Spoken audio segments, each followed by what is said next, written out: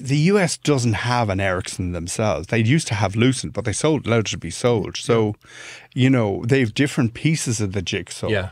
And in some ways, maybe the US government needs to fund a new manufacturer, basically. Well, that's one of the reasons they've got such a big thing for Open RAN. Yeah. I mean, I suggested to Pompeo as well that he should buy Ericsson. Right. You know, it's owned by controlled by the Wallenberg. Wasn't there? Pardon? There was talk about There was talk about that, press. you know, and I sent him a whole pile of stuff on, you know, the structure of the business. Because, and at that stage, Ericsson probably would have loved to have sold. You know what I mean? But buy what? I mean, buy the whole shooting. Buy Ericsson, not Sweden. I mean, the US. Do you know what I mean? Now they're getting carried away. Yeah, we'll have that. Yeah, we'll have. They didn't want to buy Greenland at one We'll stage. have fucking Luxembourg for pudding. They never buy Ireland. No, I was saying.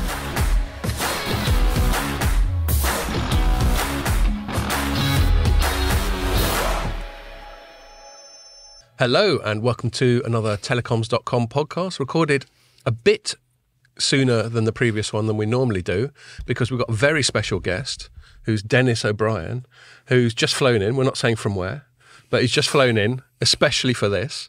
So thank you very much.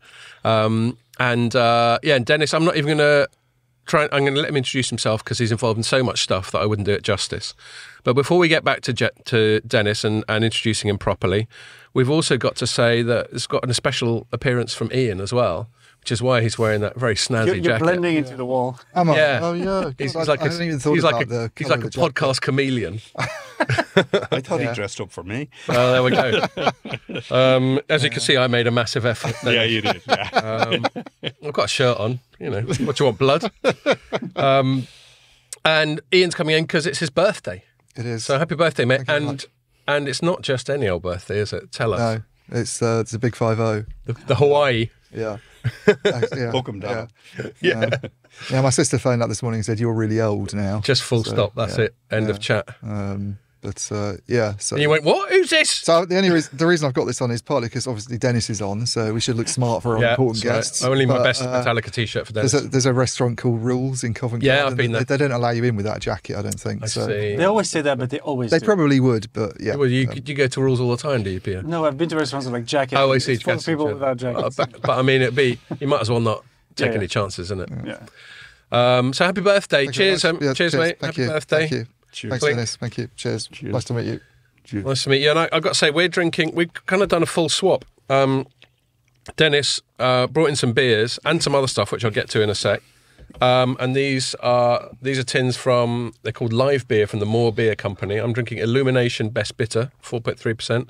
Ian, what are you on? More Resonance Citra Golden Pale. Yeah, 4.1%. and you quite fancy that. And we've reciprocally donated the perennial Hazy Jane to Denis. Lovely. Yeah, is that all right? Is that all Very slipping nice. down? Lovely. Slipping down nicely. Cool. Okay. And then, the only other thing I'll say, actually, as a lead-in to link all these things together is Denis very generously brought Ian a birthday present. You did? Should we show it? Yeah.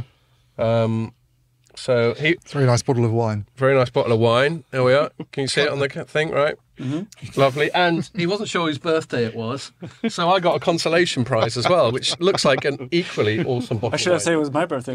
Yeah, do you know what I mean? I should leave you out, Pierre. This looks like a 1990 Bordeaux, of which I don't have many in my stock. So it might just be one of those things that just goes on display and never gets drunk as the sort of holy super duper. But thanks a lot for that, and that definitely qualifies. I know it's a birthday present, but as I said before, we have this sort of tongue-in-cheek, increasingly irregular segment that we call Bribe of the Week. And that definitely qualifies as a quality Bribe of the Week. So nice one on that one. So look, I'll stop faffing. You haven't got anything to add, have you, Pierre? No. No, regarding... Happy Thanksgiving to our American audience. Right. When's that? Tomorrow. Tomorrow. Okay. And So we'll I guess like today. yeah, I don't know when we're going to publish this, whether it'll be this week or Monday, but it's recorded on a Wednesday, so 2 days earlier than usual. Denis, so we get to you. Like I just alluded to, you're involved in a fair bit of stuff. So why don't I just let you introduce yourself? Why are you on the Telecoms.com podcast? I suppose, because I've been in the telecoms business for 30 years. And I started out in Ireland, where we started off selling long distance to corporates, and then we got a mobile phone license. we sold that business to BT, and then we were looking for something to do. And we got a license bought a license in Jamaica, and then we just rolled out across the Caribbean. Right. And then we started looking at other kind of places where we might go one day, and we looked out to the Pacific, and we bought a business in Samoa from New Zealand Telecom. Then we went to Tonga, Vanuatu, Nauru, Fiji, and then Papua New Guinea, which was the big mother out there. That's the biggest island. You clearly like working in islands as well as being from Ireland. I like, being from Ireland, I like islands. I like Commonwealth countries as well because there's good rule of law for the most part. So, you know, those are that was the criteria. Do they have a mobile phone operator? How good were they? And was there a second operator? Those three questions was it. That was the due diligence. Right. So that was the kind of, because I was wondering, you know, your activities in the Caribbean. Yeah. It's like a guy who worked in Ireland originally. All of a sudden, he's got this operation in the Caribbean, and you're trying to sort of figure out how that happened. But was it really just the kind of size of the opportunity and an untapped opportunity with not much competition there at the time? Do you think? I mean, we looked at, you know, going for what was then a UMTS license in Ireland. And we put a team together that, but we just decided that was not viable. This is after I sold my business to BT. And then we looked at trying to get a license in Trinidad a couple of years before that. And that just fell apart. The process fell apart. So then the Jamaican government in early 2000 advertised in the FT, inviting people to an auction. Right. And so an American company and ourselves went to the auction. We paid $47.5 million for the license. I'd never been to Jamaica. And I just sent a fella down, and he had a bank draft, and we bought the license. And then we kind of went into a panic. We were in Dublin on the phone bidding for the license, and we were drinking rum. I'd never drunk rum in my life, but was that just getting you into the Jamaican spirit? And a guy called Frank O'Carroll was at the auction on a phone line, and he's giving me, you know, it was going up and up and up, and eventually, like, it was. We were reaching the end of the road, and thank God for that. We bought it for $47.5 million. Was that getting close to that what you were prepared to spend? Yeah, so for 3 million people would be around the right price. And this would have been around the 2000? 2000, yeah. Right, okay. Yeah, exactly April, 2000. May 2000. So that was around the time you were sniffing around sort of auctions. I was involved. I wasn't in journalism then. I was working for a company called Analysis, which is now Analysis Mason. They were doing sort of 3G bid books at the time. So I didn't do any in that area, but I did a few in Europe. Yeah. And, it was an interesting time. Yeah. It was an interesting time. It was the good old, it was the rock and roll days of telecom. Like, you know, now it's shite. Yeah. But right, end of podcast. like, you know, it was a great industry. Everybody was like, you know, it was the Klondike, you know what I mean? Yeah. Valuations were brilliant. Everybody was doing stuff, and, you know, everybody was go, go, go, go. Whereas today it's a moribund industry. Yeah. Sadly. In terms of things like growth and margins and that sort of growth, thing. Margins, free cash flow, regulation, OTTs. You know, there's a lot of shite in the bucket at the moment. Yeah.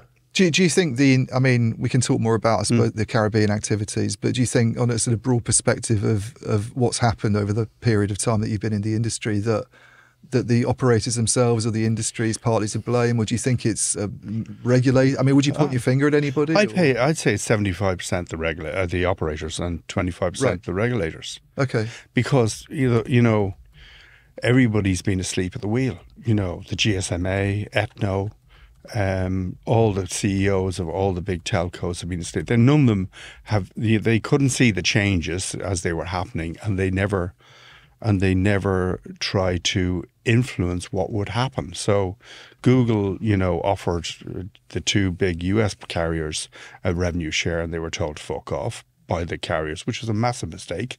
And actually that fucked up the industry for the next 20 years. And why do you think they said that to them? Because they didn't. Not they wanted those words. They wanted to hold on to their customers and not give Google access. Now, if they'd really thought this is in the late 90s, you know what I mean, when Google was a tiny business. Yep. But if they'd looked it through down the pipe and said, oh my God, look, you know, if they had a bit of vision, they could see that Google was going to get there one way or the other. Yeah, they were completely extremely well funded with great shareholders, you know, very big venture money behind them. They were going to get, and they were very talented entrepreneurs, the two lads.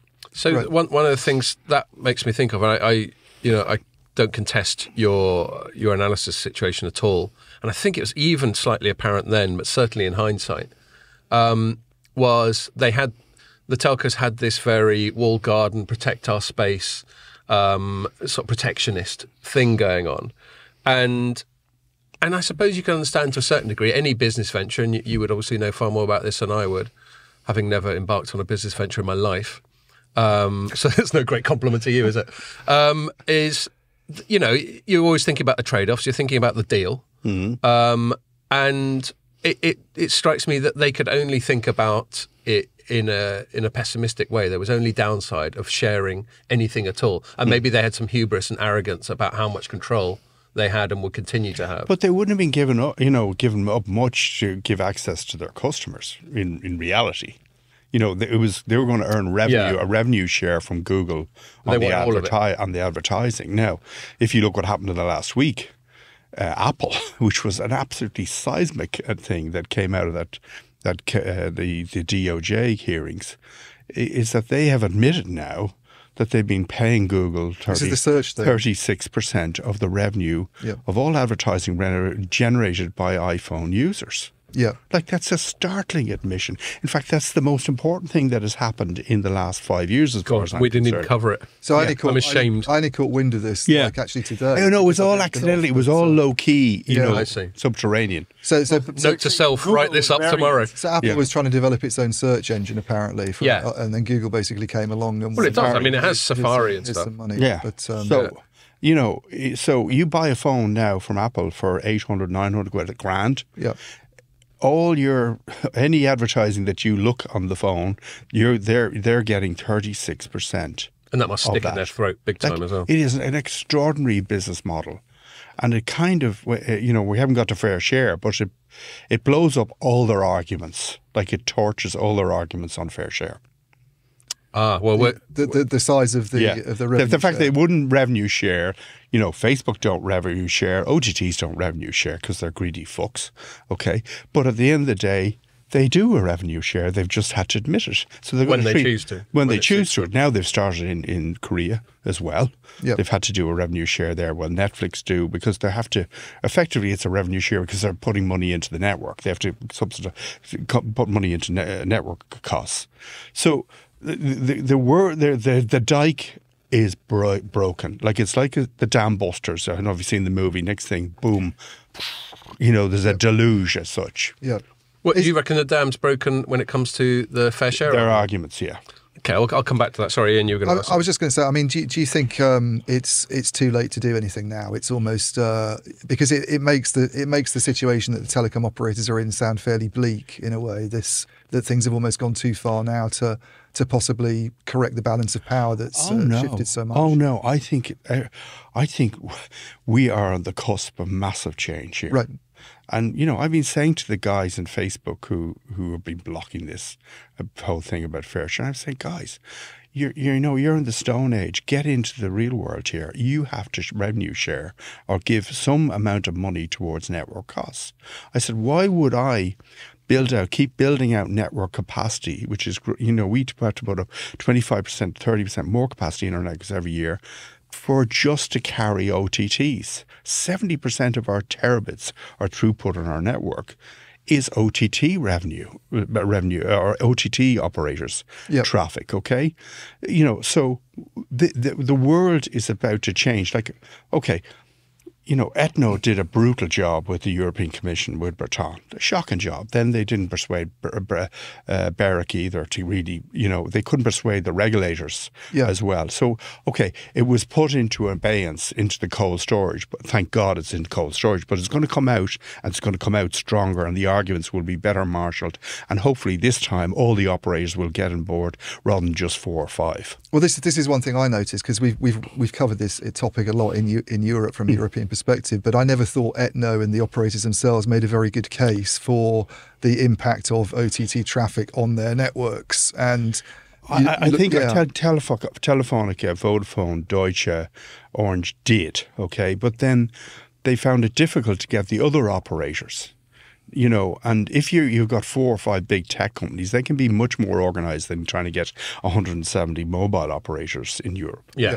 it's just, it's, I mean, and then you have your man Clegg running around the place, spoofing his head off, and warm kind of doomsday scenarios if this changes, you know what I mean? Yeah. And then more importantly, they didn't get to the regulators, and the regulators have been asleep at the wheel. They're moribund. They're all on Mogadon, from what I can see, and they're just dealing in the past, and they can't see the future. Catch up. Yeah. They cannot see the future, that you won't have 5G, you won't have 6G on a pervasive, ubiquitous basis all over Europe unless something gives, and then the OTTs, who are probably 2/3 of the traffic in Europe, start contributing to network costs and the capex of that. Yeah. But it sounds like they should have spoken to you more, because it sounds like you've actually looked at this and done some proper maths. I never ever saw any documentation coming out. No, we've hired consultants to do this. We have Strand as well. Yeah, we should board. Mention John. I will. Like John is brilliant. Roz is just sensational as well. And they've been helping us with the hard data as such. But at the end of the day, the European telcos have done it because all the CEOs they're not getting their bonus on this. Whereas if I was on the board of a European telco, I'd be saying, CEO, get this, and I will give you an extra 10% on your bonus. But they don't think like owners. And, the telecoms business is bollocksed everywhere because there's low returns on capital employed, 2-3%, capex at 18 to 20%. And there's then the shortness of the technology life cycle. So 3G, 4G, 5G, 6G. Now they're talking about 6G. Yeah. And, if Europe wants to move forward, they need 5G everywhere. But the operators just can't afford to do it. There's 4 operators in every country. Even in Luxembourg, there's 4. I mean, think of that in the name of Jesus. That's mental. Okay. And then all the regulators and the commission are saying, you can't merge, you can't do this. But, in reality, if you have 2 mobile operators and they're knocking the shit out of each other, that's better than 4 under capexing the market. Yeah. I mean, is that potentially a better way of solving it? That we have this mishmash. It's both. Because yeah. nobody wants. Okay. You talk to your granny and say to her, Granny, you should buy shares, put it in your pension in telecoms companies, and she's going to ask you a couple of questions, which would be common sense: is what returns are they getting? Are they growing? Yeah. 0. Yeah. Yeah. Now, in the emerging world, in the developing world, in the Caribbean and Africa, then you've got a whole other set of problems, okay? That is the cost of capital, 15% in the world we live in today, and you high regulatory fees, and high taxes, and you can't write off your interest costs in each of the countries because none of them have a capital markets where you can actually borrow money. Right. So there's whammy, whammy, whammy, and double whammy. Okay. Right. And none of the European operators are owned by an individual except the guy from Wham, who's a brilliant fella. Can't remember his name, but the rest of them are owned by basically big corporates, big PLCs. So they don't think like owners. Okay. So. Yeah. Like I've been going to the UN Broadband meetings every September and then somewhere else during the year, and I've been saying, hey, we need to start getting OTTs and big tech to give us a revenue share. I even invested in an ad blocking business in Israel that didn't quite work out. Okay, the technology just wasn't good enough, and I was going to put it into the Caribbean. But at the end of the day, that was, sorry to butt in, the strategy being that ad blocking was like a threat. Yeah, we were going to put it into our network and say we're going to turn this on if you don't play ball. Yeah. Right. But the technology wasn't good enough. Right. Okay, like it was leaky. Okay. All right. A great Israeli entrepreneur, but at the end of the day, now you have everybody beating the drum. Okay. Well, lots of really quality people. Jose Maria Palete, the woman in Vodafone, the CEO of Orange. But they need another 120 of them to start really beating the drum. And they've been lazy fucks. They should have got out of bed earlier and spent an hour on this every day for the last year. And then we wouldn't have this thing where Thierry Breton had to park it for the next commission. Yeah. So it's the mid-2020s. Yeah, it's going to go to 2025. So I want to...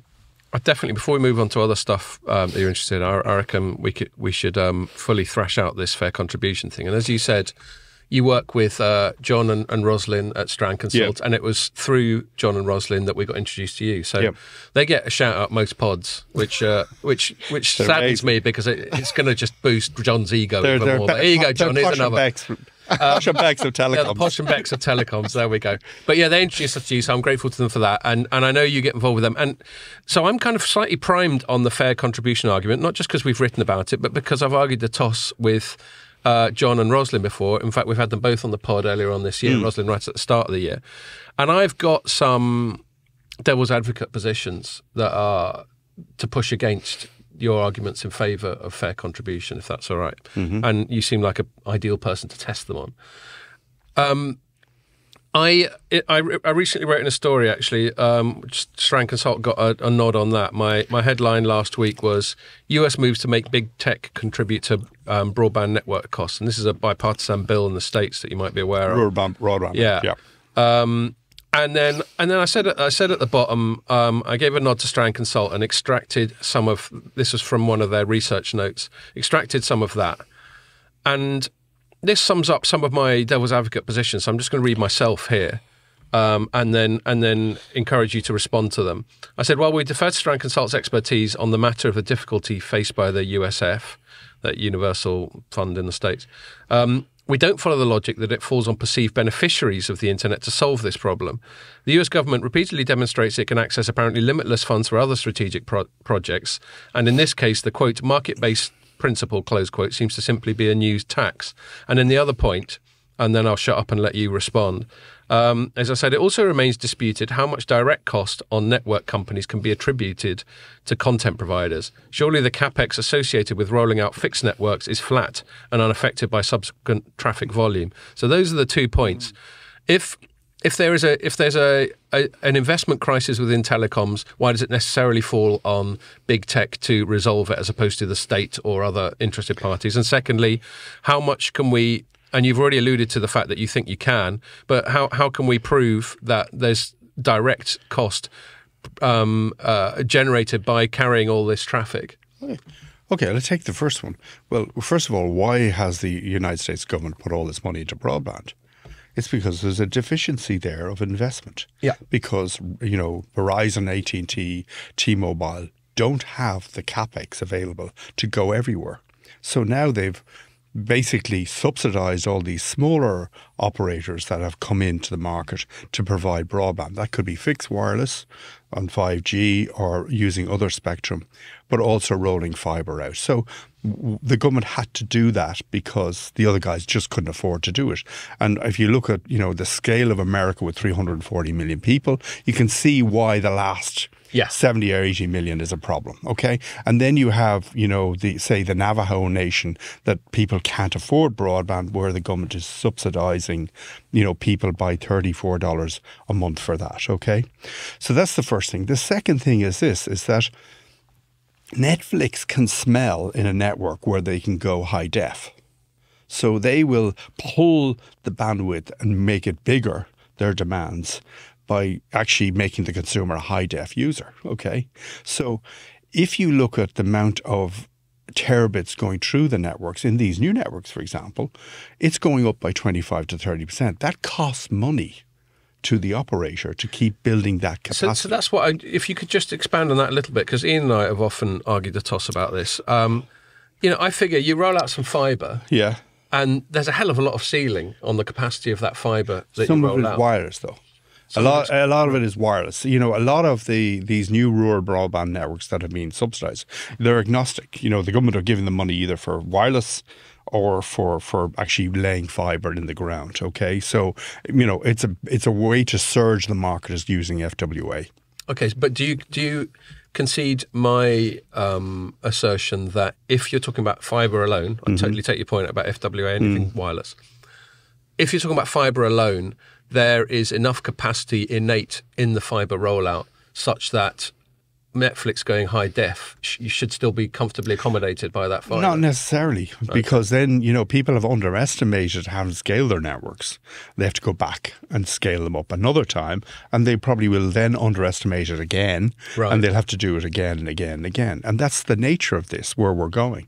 So this is like the different generations of PON, all that stuff. Yeah, I mean, Right. and then, you've a whole series of new services and products coming out at any one time. So, if you go back to the basics here, Netflix, was a video business, a DVD business. Blockbuster. And they sent DVDs out using the US Postal Service, and whatever they paid for that, maybe, $2 or each way or whatever it was. They had distribution costs. Yep. Then very cleverly, to their credit, they said, "Hi, we should just throw this over a broadband network." Yeah. Okay, or DOCSIS 3, okay, and see how that goes. And suddenly it transformed the business, okay? Now, they had distribution costs. Now they have no distribution. Yeah, fair enough. So in the Server name... bills. But? Server. But server, you can buy a server for Dell, for 50 grand. You know what I mean? It's not, or 100 grand or a million, whatever scale you want. Yep. But it's cheap. Yeah. In reality, okay. Posting millions. I guess the DVDs. other, I mean, you must have heard this in conversations you've had with regulators, because the other sort of devil's advocate point that would be made is, having the consumers already paid for this connectivity, they've paid those delivery fees and aren't the through their subscription. through their subscriptions, and then from but it was an unlimited pipe. Now the pipe is getting, they're drawing much more capacity and need more capacity and greater speeds. But could that be fixed with a pricing change by the operators themselves? But why should the consumer pay more at the end of the day? I mean, most cable TVs or fibre companies try to get inflation like 3-4% a year. Yep. Okay, but that's never going to cover their costs in terms of the increased bandwidth and the capacity. But why should Netflix have free distribution? I mean, this is the best business model anybody has ever seen. Like Google, Facebook, none of them pay any distribution cost to anybody.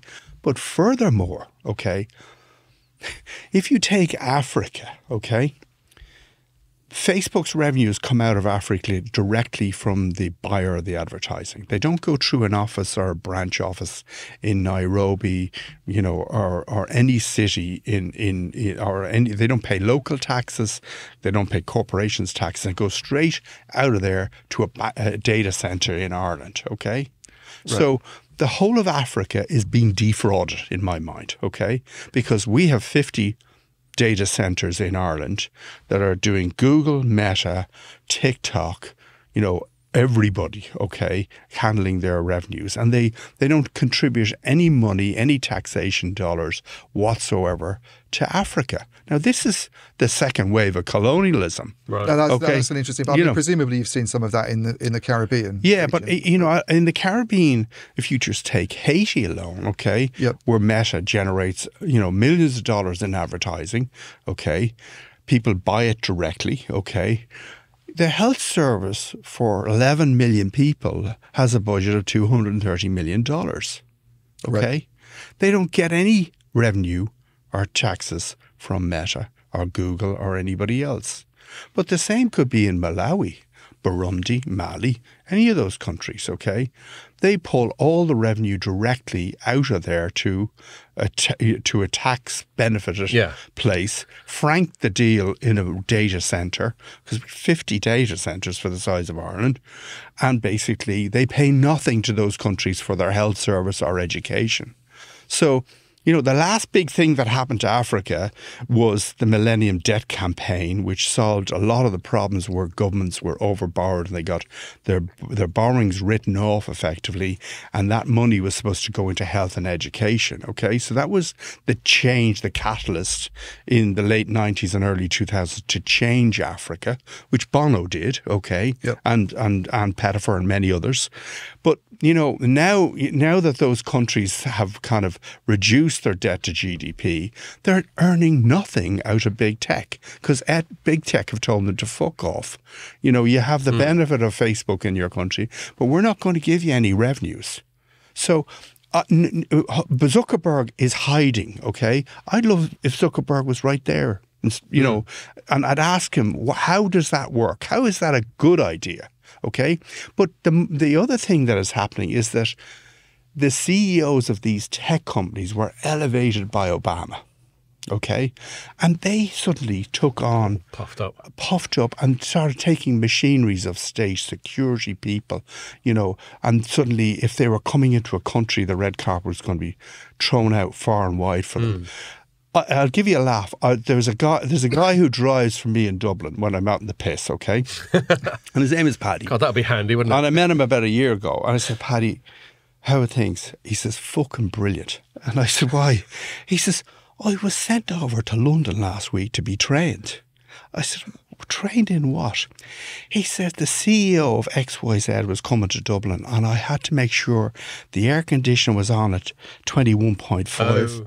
The water was chilled to this temperature. Prima donna. And the pillow had to be in a certain shape in the car on the way in from the airport. When we stop recording, you tell and when us he who was XYZ around is. in Dublin. I said, and he says, it was fucking brilliant. I got a per diem of 150 quid a day for being over there for the training. Right. So all of these plutocrats basically think they are Obama. And they're completely out of touch with is reality. Is the tide turning now then, do you think? I think they're being dismantled. Right. And certainly the Senate hearings. A Standard Oil type thing. Yeah, the Senate hearings have done a lot. And what's that Senator Mark? What's his name? Like he unravelled them pretty badly. Right. That's interesting, actually. That's a bit of a tangent. I know, sorry. No, not at all. We're all about tangents. Because one of my bugbears, one of my tangents that I indulge myself on in my writing and on the podcast is like civil liberties and freedom of speech and that sort of thing. And a hell of a lot of digital free speech issues are largely mediated by big tech, of course, because that's where most of the speech happens. Which is what, in some ways, made the Musk Twitter thing intriguing to me, at least his stated aim. But one he regrets it now. Well, he doesn't. He says he doesn't. I mean, in terms of money, it's clearly a bad deal. But if you listen to him, but he owes the banks like 15 bill. Yeah, but he's got it and zero cash flow. Yeah, no, there is a problem. It's got worse in the last couple of weeks. Houston, there is a problem. No, Starlink, there's a problem. There's no doubt. As a pure business deal, it's very, very bad. But if you take him at face value, and obviously you cannot, when he's on Rogan recently, for example, he was going, he did it for higher reasons. Like, I mean, he gets slightly highfalutin and talks about saving humanity and that kind of stuff. But he genuinely, I believe him when he says that he believes that having a healthy public square, a digital public square, is very important, and that's why I did it. But that's not the. I agree with him there. Yeah, and like he is an absolutely brilliantly talented entrepreneur. Like, the mere fact that he can send rockets up in the air and bring them down again is like that is sensational. At the same time, revolutionise cars, everything. Yeah. But one thing that interests me in this whole freedom of speech tangent is. And this is what you just said made me think of it, is there is increasing symbiosis between big tech and big government, especially the US government. And where I observe it most, because this is just what happens to be what really interests me, is on the matter of speech.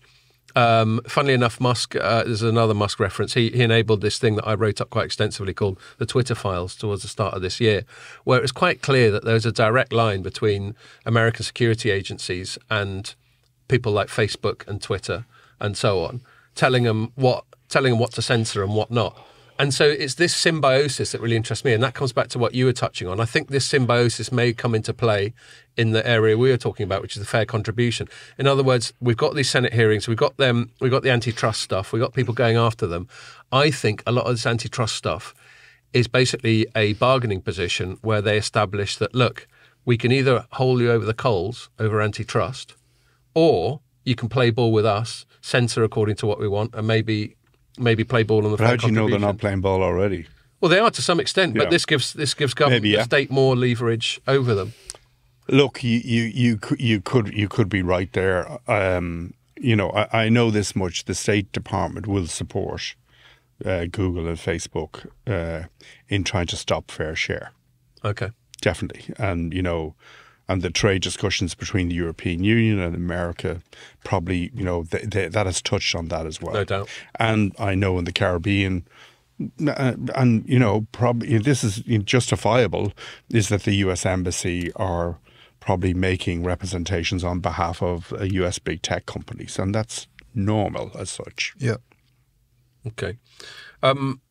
Yes. So, and you say that the US is likely to support big tech over that, but then there's this story I just alluded to that I wrote at the end of last week, which I was alerted to by that Strand Consult research note, where this bill is basically saying that big tech should contribute, albeit this is in a sort of ring-fenced way, should contribute to the cost of rolling out rural broadband in the States. Yeah. But the underlying principle they're saying... But not in Europe.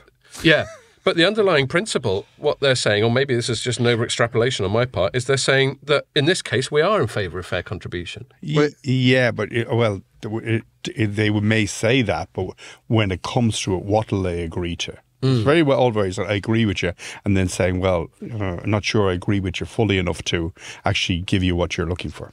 But I think this move undermines, if Thierry Breton ever gets his shit together enough to confront the US directly over this, as he seems to, especially with Vestager off joining a bank or whatever, he seems to be... Thank God. Oh, you're not a fan? No. He seems to be... I hope it's a bank somewhere far away. Well, no, it's the... No, it's the European Investment Bank. It's the... Oh, Jesus. Okay. Yeah, well, she hasn't got it yet, but she's in the running for that. But anyway, while she's doing that, Breton seems like the most powerful commissioner. Yeah. And he could go to them. I won't do a shitty French accent. But I think there'll be different versions of fair share. Yeah. In the United States, in Europe, in the Caribbean, and in Africa. So, are you hopeful that it's coming? Oh God! Oh yeah, definitely. Yeah. I'm bouncing out of bed in the morning now because I know this is going to happen. And why are you so keen on it? I mean, you've touched on some of the things about the intrinsic... Because it's going to save the industry, but more importantly, it's going to close the digital divide. Okay, where between 2.5 and 3 billion people don't have access to broadband in the developing world, primarily Africa. Right, and they will never get it. Okay, and it's just going to be an impossibility unless there's going to be fair share. So if you take, Meta is getting $5 ARPU a month out of Africa. Most African operators are probably $5 or $6, so they get the same money. And Google are getting $15 out of Africa, and they're not having to, and they're not paying a penny. Yeah. So this has to change because we're talking about market failure. Otherwise, and we're talking about the telecom sector being uninvestable. Right. It's just a bad, shitty investment. One thing, in a way, it's a good investment because if this is coming, then it's time to get in. You're right. Yeah, if you believe it, I believe it. Okay, but it's very difficult to get analysts to believe that. Yeah. I wanted to talk a bit about the Caribbean. Yeah. Go ahead, mate. Yeah, that's fine. Well, I mean, you were talking. You alluded to you're sort of going into Jamaica, and then it moved out from that. I'm guessing in the early years of the century is when you started to go into other countries. I mean, what's the experience been like there, though? Because there's been some challenges, I'm sure, in that area. Yeah, well, the minister in Jamaica, for fiscal reasons, but also probably from competitive reasons, wanted to bring mobile communications. So they got 47.5 million, which was huge. The minister was Minister Paulwell. But then all the other countries and the other islands said, hey, if Jamaica's doing this, we better do it. So St. Lucia, Grenada, Trinidad, Haiti, everybody else started issuing licenses like really quickly, like breakneck speed. So when we arrived into Jamaica, there was 3% penetration. We passed cable and wireless within a couple of months. Okay. There was quite a lot of investment in fibre at the time, wasn't there, by Digel? We did a lot of fibre, but mainly it was towers at the time because it was 2G, then 3G. And we should say we haven't said it overtly for listeners who aren't familiar with you that the name of your operations in the Caribbean is Digicel. That's right, yeah. So we were trying to obviously we were getting equipment at that time from Nortel, then we moved to Ericsson, and now we're with ZTE and Huawei, okay. But we had to build out all these countries all in one go. So it was, it was a very fraught period for about 5 or 6, 7 years. And then we expanded that fraughtness into the Pacific Islands where we sent a team out there as well. So, I had started in Ireland in a telecoms business called ESAT, and I just took maybe 80, 100 managers out of there because they all wanted to come for an adventure, and I just sprinkled them all over the Caribbean. Then Caribbean managers took over, and basically we're a Caribbean-run company now. So we just rolled out 2G everywhere, and then we did 3, and then we did 4. Okay, and 5G is 5G. We're not doing it because the Caribbean 9, which is the main the Caribbean operators, have all come together, and we have said to CARICOM and the Caribbean Telecommunications Union, we're not rolling 5G until you do something about fair share. Right. Because there's no business case. It's absolutely central. Like 4G was a shocking business case. Right. 5G is a disaster. What's happened? Because there's been, I mean, we were chatting about this before we came on, but there's been a debt restructuring and there's been some asset divestment at Digel. Can you talk a bit about the details and what's going to happen there? Very, very simple. You know, we were borrowing money. We invested $5 billion. We were borrowing money at 7.5%. It's now 15% because of what's happened in Ukraine and rates and everything. Lockdown. Yeah. You know, a whole colliding things. Plus, we lost 100 million of revenues in Haiti. So, you know, you cannot... That was reconstruction? No, that was because the gourd, which is the local currency, declined by 60%. Right. Oh, so, and it was our biggest market. So it was me, I could struggle on trying to borrow money at 15%, try and make a business out of it, or say, hey, you know, we're going to do a debt restructuring for equity. And so I went to my bondholders and said, look, here are the keys of the kingdom. You run the business. And then they said, oh, no, we'd like you involved. We're going to give you 10% of the equity and 10% of the 10% options. And I've been working with them, and they will end up controlling the business in the next month. Okay. And life goes on. But the main thing from my point of view is I don't have to work 12, 14 hours a day anymore. So I stepped down as chair, be non-executive. Yeah. And that kind of suits me at my age to do that, you know, and have a bit of fun. Yeah. And has that's allowed. Yeah. Has I mean the geopolitics, because you mentioned Huawei and ZTE, has that kind of I think that's caused problems at all? Or? That is raising its head. You know, I had one meeting with Pompeo, who's the Secretary of State at the time, before the last election, in the run up to, you know, the election, where, you know, he was saying to me that we would have to rip out our Huawei equipment, replace it with, you know, Western vendors. And why did he say you had to? Because 5G, they saw 5G coming, and they didn't want Huawei to be the supplier of 5G to us. What was there's a sort of implicit threat in that.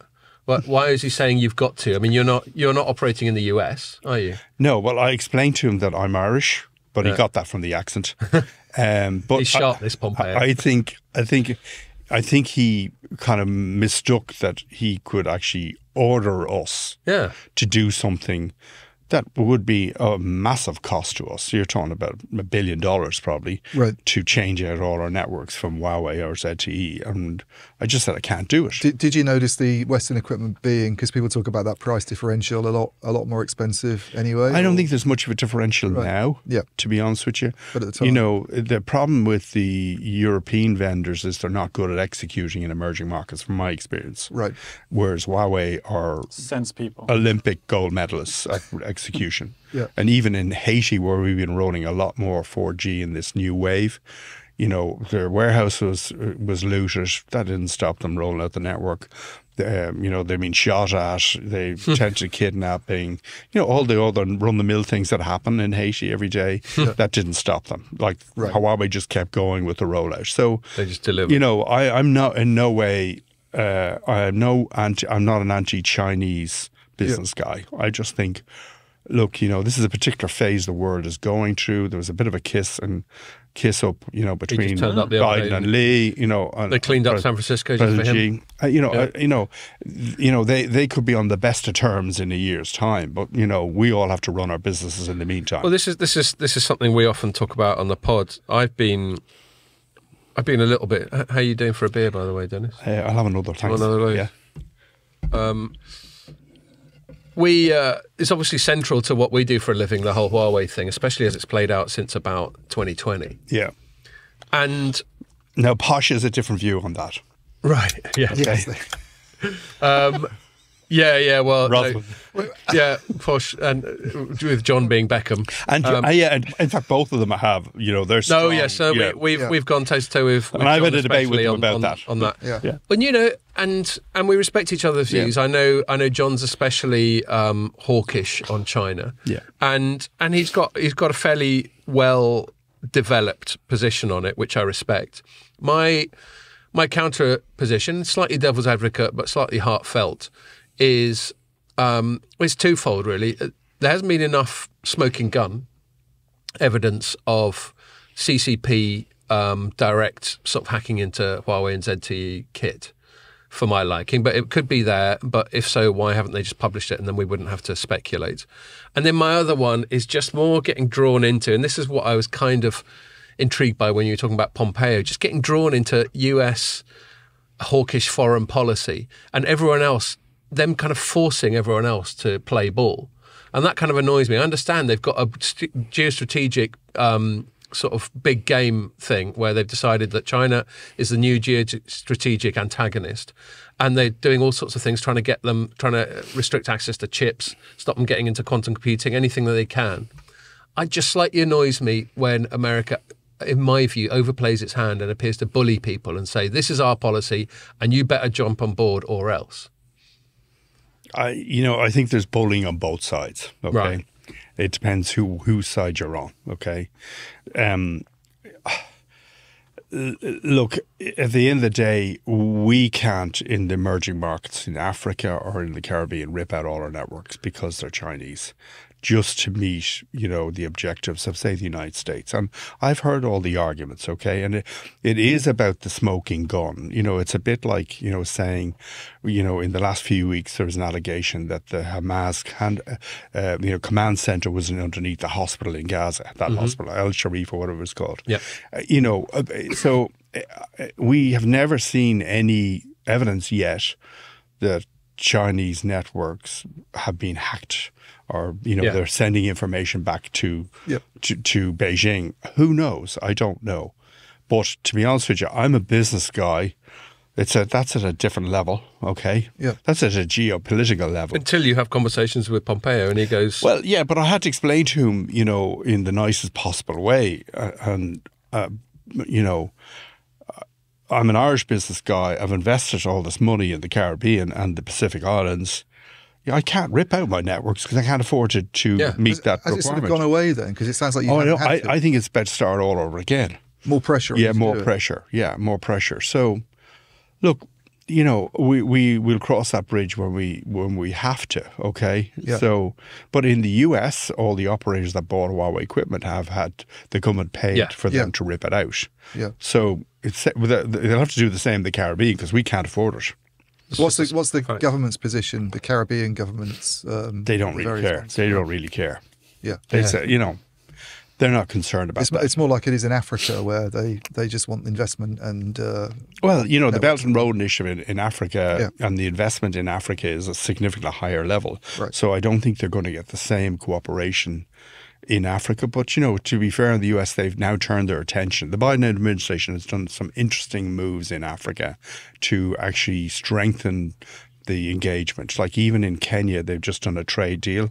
And then on the other hand, the Kenyan army is going to send a peacekeeping force now to Haiti. So there's lots of trades going on everywhere, every day. Yeah. Yeah. Okay. Go on, Joe. I'm saying China's been in Africa for a while now. Yeah. Way ahead of the US. Yeah. I went down to South Sudan with a bunch of pals of mine maybe 7 or 8 years ago, and we built a couple of schools, and we came back a year later to make sure the schools were built, and there was a highway. There was a mud road the first year we were there. Right. And next thing there was a highway, a tarmacked highway into the middle of nowhere, all paid by Chinese. That's a big part of Belt and Road is infrastructure, isn't it? Infrastructure, yeah. And if they don't pay, they just take the port. Well, yeah. That was that Sri Lankan port thing, wasn't it? But so does, US, lender or, European lenders, they'll do the same. If the European Investment Bank lend money to an airport to be built in Africa and they don't pay the money back, you know what's going to happen. Such thing as a they free grab lunch. the asset. That's the way of the world.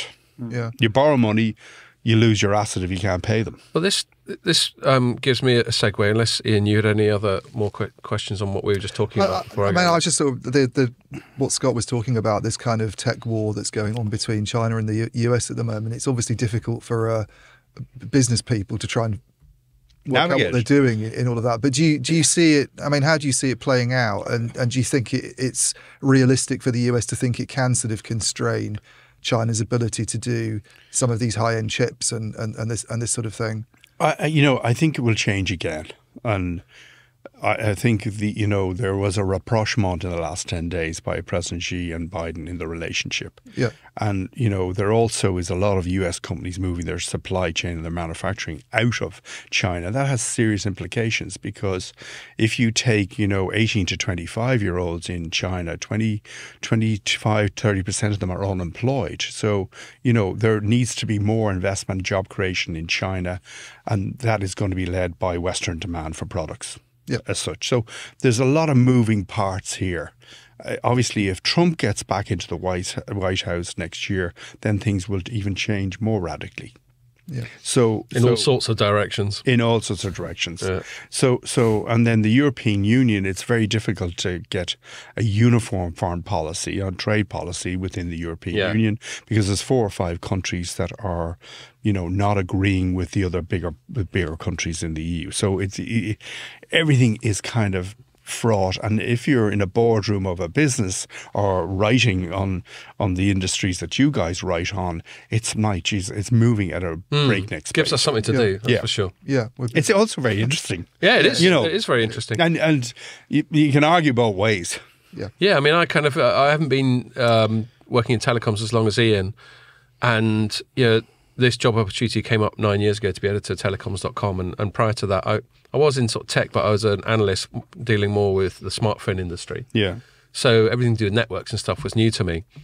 And, looking back over the last 9 years, I'm so grateful that this happened to be the opportunity that presented itself, because I've never been a dull moment, that's for sure. Oh, like it's a thriller. But one of the things, we didn't mention is that the US doesn't have an Ericsson themselves. They used to have Lucent, but they allowed it to be sold. So, they have different pieces of the jigsaw. Yeah. And in some ways, maybe the US government needs to fund a new manufacturer, basically. Well, that's one of the reasons they've got such a big thing for Open RAN. Yeah. I suggested to Pompeo as well that he should buy Ericsson. Right. It's owned by controlled by the Wallenberg. Wasn't there? Pardon? There was talk about There was talk about that, press. and I sent him a whole pile of stuff on, the structure of the business. And at that stage, Ericsson probably would have loved to have sold. You know what I mean? But buy the whole stake? shooting. Buy Ericsson, not Sweden. I mean, the US. Do you know what I mean? Now they're getting carried away. We'll have that. Yeah, we'll have. They didn't want to buy Greenland at one We'll stage. have fucking Luxembourg for pudding. They never buy Ireland. No, I was saying, does the US state buy Ericsson? Yeah. I mean, I'm not aware of that. Or they ring Sequoia up, or they ring KKR up and say, go and buy this, and we'll give you soft money, OPEC money. There was that tie-up between Cisco and Ericsson, wasn't there, at one stage? It didn't really go anywhere, but people were speculating on Cisco buying them at one point, I think. No, They've effectively been a US company, so... Yeah, well, Ericsson is a kind of national champion for Sweden, but I'm sure, money talks, and, Indeed. there could have been OPEC money in behind it, and they could have funded venture with the big guys to buy Ericsson, no problem. Then it would have been a US company. Do you think consolidation in that market, because you were saying we used to get from Nortel, there were all these guys at one stage, and now there's 3 big ones. It went too far. It was really bad, in my mind, yeah. Right. And the Chinese hit the ground running like Usain Bolt. And they got so much business so quickly, but they executed well. And then Ericsson just couldn't keep up with them. Yeah. Now Ericsson's a different company and is keeping up and doing really well again. Yeah. And then if you take Nokia, they're behind them. My experience of Nokia has been not so good in the last couple of years because they're doing they've delayed a network upgrade in our business in Papua New Guinea, which I sold to Telstra, and they were involved in the French West Indies doing a joint network upgrade with Iliad and ourselves are sharing a network. It's shambolic. Those are mobile. These are mobile networks. So, right. But Ericsson is a different animal than it was, and they've kind of learned the hard way how to execute. Yeah. Yeah. Atcom seems to have done a decent job. Who? Boya Atcom, the Yeah. CEO. Yeah. Yeah, I think their big problem at the moment, because they're both obviously have not had good years financially and they're laying off staff, is this downturn, which almost seems to relate to what you were saying earlier, that we're not going to invest in 5G and 6G unless we can find a way of creating revenue growth from the industry. So it kind of ties back to this whole argument about things like fair share and what you see, you know, it's unsustainable for the industry to keep putting 18 to 20% of capex, you know, into network upgrades and transitioning to new technology all the time. So, you know, everybody's looking at ways at cutting their capex, not spending more money, is reducing their expenditure. Yeah. Which is bad news for us, isn't it? Because we want all the people who advertise on our sites to have tons of money. Okay, tons of money. They just might have less. Right. Well, they still got some. Yeah. Right. I'm gonna just move things along if that's all right with everyone. Yeah, sure. I just wanted to do one more talking about you, Denis. Anyone who listens to this podcast regularly will know how exhaustive I am in my research, and there's lots of sniggering, because of course I'm not, but I am pro enough to Google Denis O'Brien. Oh yeah. And it turns out you got your own website. And it says, Denis O'Brien, a firm believer in Philanthro Capitalism, which I'm quite pleased at being able to pronounce well into my second tin. And then there's a quote from you on the homepage of your website, which is denis-o'brien.com. The model of capitalism has to change. If you want to build a sustainable business in an emerging market, you've got to fund impactful community projects, particularly in education. So, Denis, could you just expand on Philanthro Capitalism, which is not a word that I hear that often, and to some people would sound almost self-contradictory, but obviously not to you. So just tell us a bit more about that and the context of it. Well, you know, if you invest in poorer countries, you know, it's all very well putting the investment in and employing people and creating a service, but you also earn profits, and you earn pretty good profits, okay, historically particularly. In a country like Haiti, which is very impoverished, it kind of just didn't sit well with me for us to make a whole pile of money in Haiti without doing something in return. So we started, you know, prior to the earthquake in 2010, we started to build some schools. We built about 10 schools. Then we discovered with the earthquake, we couldn't guarantee that they put enough steel in those schools. So we went back and redid them a second time. To make them more earthquake-proof. Yeah. And then from 2010 to now, we built 198 schools all over Haiti. Because that's is that Digel? Digel. Yeah. So we just decided that we wanted to be seen as somebody that is active in the community and doing something back in return, being a big company in Haiti. And, you know, we have about 70,000 children going to our schools. We're doing teacher training. We have a process where the local community, mainly women, apply to us, please build a school. Then we will do an assessment, and then we'll go ahead. If we're happy with the governance that they can run the school, and then the government will put in the teachers, but then we train the teachers. So this is all about metrics and making sure that the children, when they do their state exams, get the best results in the country. Yeah. So it's soup to nuts, basically. And we've done that in Haiti. Oh, that just came up on a podcast the other day, soup to nuts. And they were like, where the fuck does that come from? I don't know either. And it's an Americanism. It's sounds good, though. It's apparently all the courses. Is it? Okay. I mean, I don't often finish a meal on nuts. I don't know about you. No. But apparently that's where it comes from. You might go nuts after a few, though. Well, there we go. Yeah. Metaphorically. Yeah. Maybe that's what they're referring to. But that's apparently what it is. You start with soup and end in nuts. So that's what we've done blowing smoke up your ass. Now we've done that was really and you don't finish your dinner with mushrooms either, I'm sure. No. Not unless it's a very special dinner. Yeah. But anyway, sorry for butting in. Just suddenly rang a bell. So that's, that's what we've done in Haiti. And, basically through all of this unrest, people have not really, we have had lots of staff kidnapped and members of their family kidnapped, but our business has not been attacked, thank God. Right. Have you sort of seen measurable outcomes from that you can sort of all the time, because we have a whole team in our business in Haiti that is monitoring outcomes, monitoring the quality of the education that children are getting, and teacher training on a continuous basis, on a residential basis. Yeah. So it's not about building buildings necessarily, although these buildings are really, like, they're for 600 kids. There's latrines, there's showers, there's a kitchen, there's a whole, the library, there's internet connect. So modern schools. But at the end of the day, you need the teachers to be of a very high standard. And unfortunately, when we started this program, we found that the teachers themselves had been only educated to, say, grade 3 in secondary school. Right. And so, that you then have to upskill the teacher so that they can really do their job properly. And we've been working on that. Has the kind of talent issue been a challenge in terms of just going in and running a network operator in these? Because I know you said you took some people over from, we did from Ireland, and the Caribbean. Trying to find the people there that have the skills to run a business like that is our total management team in Haiti is Haitian, or all of them are Haitians, right? And they're extraordinary. When President Moise, for example, we have a weekly sales call on Friday at 3. And the CEO came on and said, look, we're going to hit the quarter.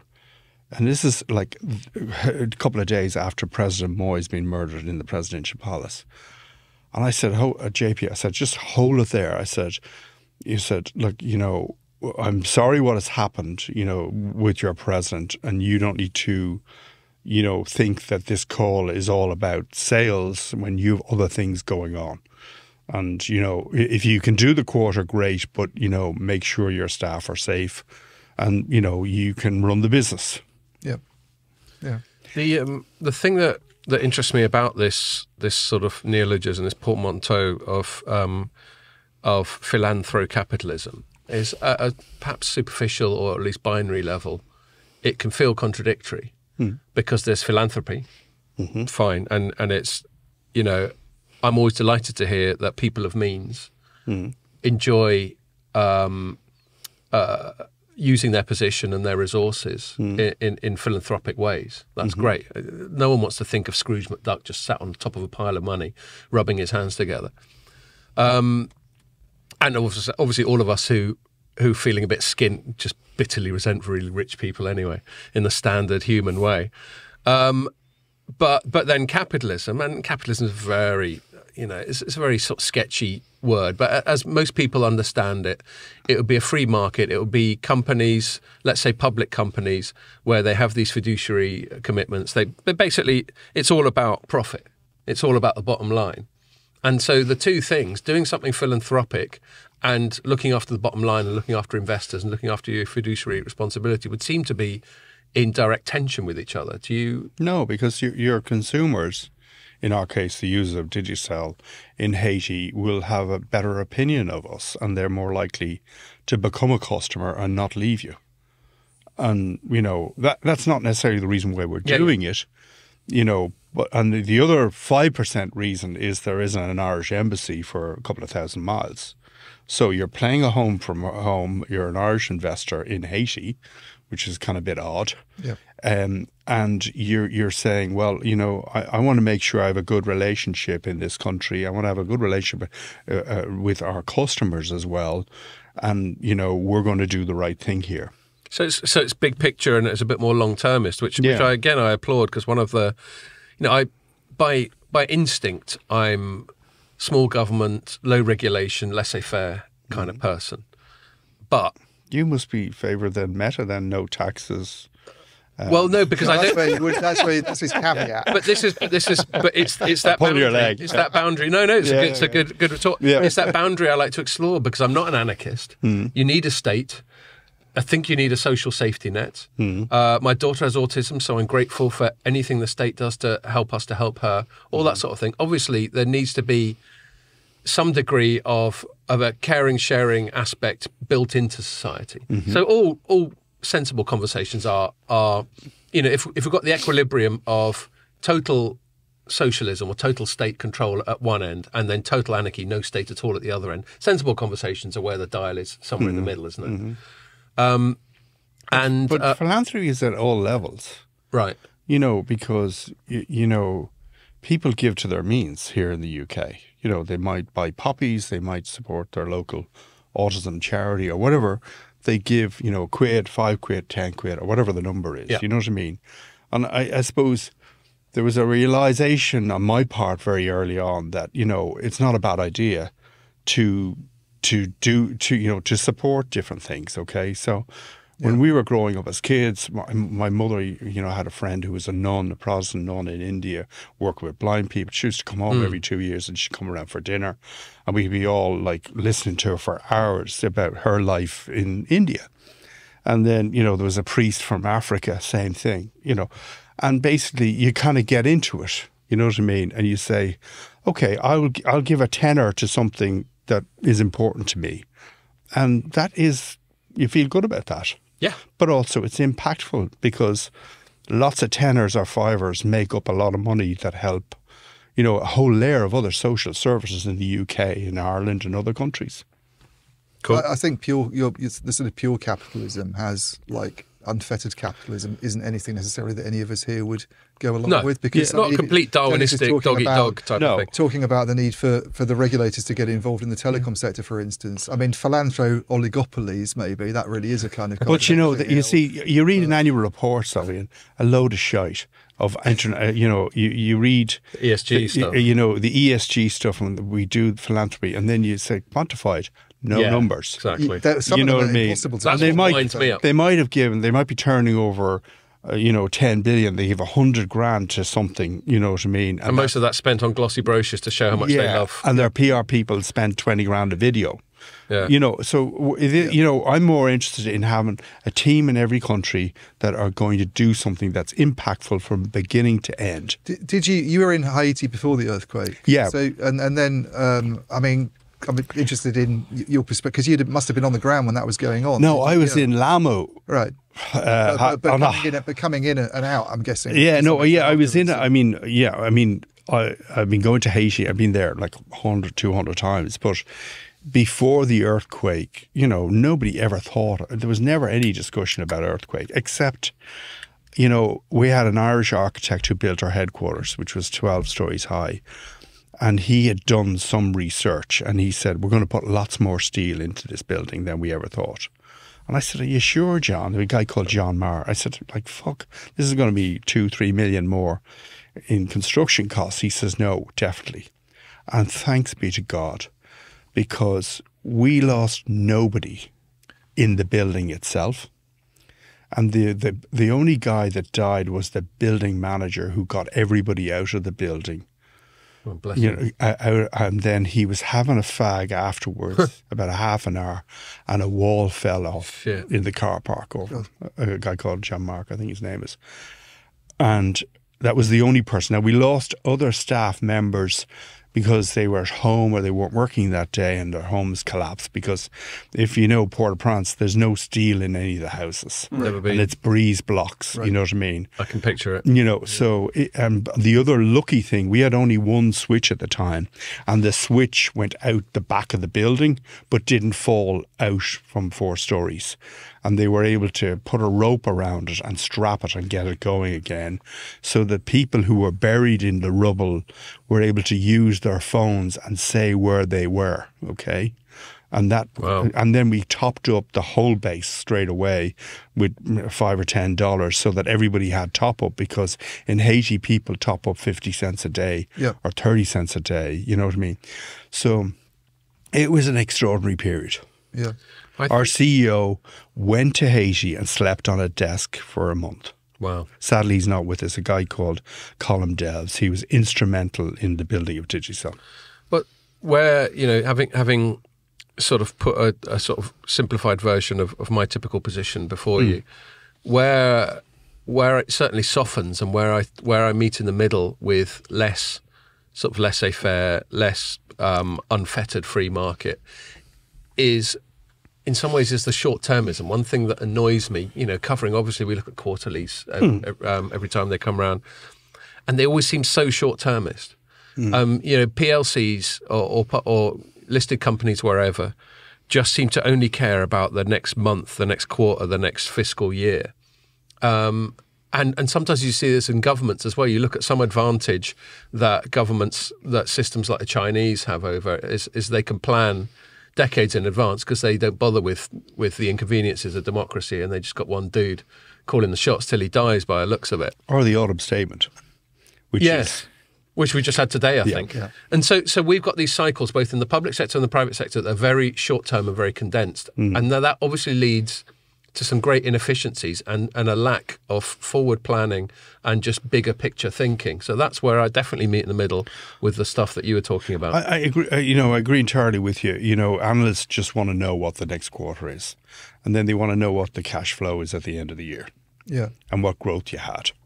Yeah, those calls that you have with that we get on from time to time. It's very you just sense that every single analyst on the call is just looking to plug a number into his spreadsheet. Yeah. But also, if you're a CEO, if you say, well, this is what we're going to do in the next 5 years, and you get maybe 60% of things right, you'll get the bollocks chewed off you for the 40 that you didn't deliver. Right, so it's a thankless task. So it's a bit of a thankless task. And now CEOs are all short-termism, and they're because trying to get their rewarding their LTIP or their incentives. What's the hardest market you've ever worked in? I mean, maybe not even just telecom, actually, but other sectors as well. Papua New Guinea. Right, with telecom. Yeah, because there's no roads in Papua New Guinea linking the 3 major cities. Right. Really? Not at all? Not, yeah. How do people get from one to the other? They don't. It's right. It's not they go by plane if you're well off. Right. So or like on a horse or something. Or, a horse or whatever, a donkey. But, when we were building the network, we had to use heavy lift helicopters to get the steel on top of the mountains. And then we still to this day, Telstra on the business now, is refuel a lot of our towers by helicopter, which is massively expensive. But it was a very tough build. Like, I had hardy people from the west of Ireland, from Kerry and, some of those places, engineers, who would, live in a tent for 3 months and build a network. And we had hundreds of them, basically. Well, it's amazing how there are some bits of the world, I hate to use words like civilized because that's got lots of baggage attached to it. But there are some parts of the world that, in terms of technological development and just development in general, have just sort of got left behind. It's amazing. They have, but once they get 4G, they go mad for it. Yeah, I bet. If we open a 4G site, that bit more grateful in Haiti or PNG, like it's full straight away, and then we have to get more capacity. And is that technology pretty much rolled out across the market here now? Or is it still, you can't cover the whole of PNG because it's absolutely massive and very, very distributed as much. When we were rolling out the network, in order to make some sort of a scientific assessment where to build the network, because there's no census, we had to hire a plane and photograph where people were, and then we'd count them, out how many people lived in this particular place, and then we say, okay, let's build a tower. So, they don't know, they say the population's it's between 7 and 8 million, but then they recently did work and said it's 14 million people. So nobody really knows. And then one group of people living in one valley goes over a mountain that could be a 5-mile walk, wouldn't even meet the next people in the next valley. So, it's like the Amazon basin at the turn of the 19th century. Incredible. It's so remote. Has the bit? I mean, just going back to the sort of big tech, applications that run over the networks issue. But in some of these countries, it sounds like big tech hasn't been, because there hasn't been infrastructure there before. They haven't been there. But has that provided opportunities for you to do slightly more innovative things? Maybe. Well, certainly we're in mobile money and all those kind of services, and we have our own apps as well. Yeah, we have our own OTT apps as well.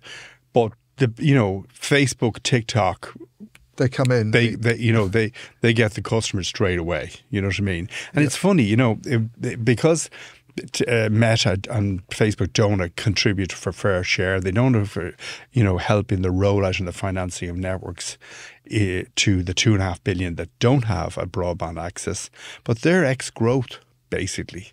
They've completely capped themselves, and unless they go for the next layer of people to go cover the whole population in the world today with broadband, they're going nowhere. Yeah. And like Facebook are falling like a knife. But isn't that way in the past? There've been various things. They don't seem to have got anywhere. But I remember writing stories a few years ago about Facebook getting involved in this, that, and the other to do with networks. And then you had Google with fucking balloons and stuff. Well, they had the whole tip involvement, didn't they, a few years ago? But drones, I think. Yeah. But they had balloons. They called it Loon. Really? Yeah. It was well named.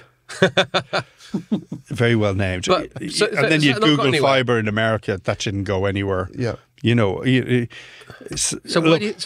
questions about it. Sorry to butt in. Just to make it specific, what I'm curious about. There's two questions in it. Did you ever have any direct exposure to that, and what did you think about it at the time? And two, why do you think it hasn't got anywhere? Well, we worked with Loon, believe it or not, in Papua New Guinea. Okay. And because we were on the ground. And look, you know, you'd have to say, I don't be critical of people of trying things out. Like Musk is the greatest trier out of things. You know what I mean? Yeah. And Loon, you know, okay, it didn't work out, but Give it a go. I wouldn't necessarily slag them off for it. You know what I mean? And we you know, you have to experiment. Like I couldn't have a project like Loon, couldn't afford it. You know what I mean? So somebody has to do it. Well, a big part of being an entrepreneur is trying stuff out, presumably. 100%, yeah. Yeah. And that's how everything's going to keep developing. Yeah. Okay, and why do you think that's gone a bit quiet, if indeed it has? Because they're all, you know, well, Facebook have retrenched, you know, because in order to keep their profitability up, they've dropped a whole raft of people. And they've got this metaverse thing, and Google, slow burner. Google have put a lot of money in AI, so they probably dropped out of some of the other marginal projects that they had to, you know, get rid of, basically. Yeah. Cool. Well, actually, Denis just set up a little segue there. Can I do a quick shout out first? I forgot at the beginning. Shout out to Guillermo from Capgemini. Capgemini? Capgemini. I met him this weekend. He's a listener. Yeah. Okay, cool. All right, Guillermo. He sponsored the Ryder Cup as well. Fair play to him. Ian went over there. He went there with HPE. I was there on a bit of a, what do they call it, a junket. Oh, yeah. Did you enjoy it? I really liked it. I've never been a big golf fan in the past, but the guy I was with from HPE is a good golf player. Oh, really? He was like, "This is where we should go. This is where we should go." So we're always in the right spot. A business that I'm involved in is an applicant for the 2031 Ryder Cup in Girona in Catalonia. Okay. Called Cameral. Yeah, because there's a huge amount of work that goes into preparing the site. Years, and then 4 years. Obviously the HPE thing was this is how much Wi-Fi stuff we put up and fibre networks, and they were saying they can't do the fibre rollout very easily in Rome because you run into archaeology everywhere. They did a good job. The connectivity is very good. Yeah. God, you got your finger in a lot of pies, isn't it? Hope the pies aren't too hot, though. How's the football going with Celtics? Well, I'm only a tiny shareholder, but a friend of mine, What's a shareholder in? In Celtic Football Club. Oh, is it? I'm a little tiny Pierre shareholder. does more research than I do. But Celtic is going well. It's it's a profitable club. And keeps winning. Which is saying something in and of itself. Brendan Rodgers is doing a good job. Yeah. He's doing great. Okay. Sorry, when you segue. Yeah, no, that's cool. No, my segue that you set up, which you just sort of took the wind out of, was talking about AI. So, we may well come back to more stuff of your direct experience, but we usually like to chat about a couple of news items from the week. And one that I've covered this week, and it's interesting. It's interesting to get the perspective of someone. I can't remember whether I said this while we're filming or off camera, but someone who's got. I'm an observer. I'm not really a participant in anything that happens at any kind of elevated corporate or decision-making level. And I get the impression that you're certainly far further up the food chain than I am. And I always find it fascinating, whether it's you or anyone else we've had on the pod who's like a CEO or quite senior, to get that perspective. And there's just been a few things that have happened this week that largely seem to concern shenanigans at the top level, which I find quite interesting. I don't expect you to have like inside perspective on, although if you do, by all means, share it with us. But the first one I'm going to talk about is OpenAI, which to people who aren't totally familiar with it is the company behind ChatGPT. Mm-hmm. And AI's been around as a concept for a long time.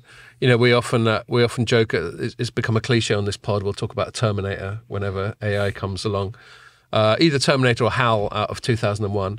or Matrix. One of those three will be the cliches we dip into.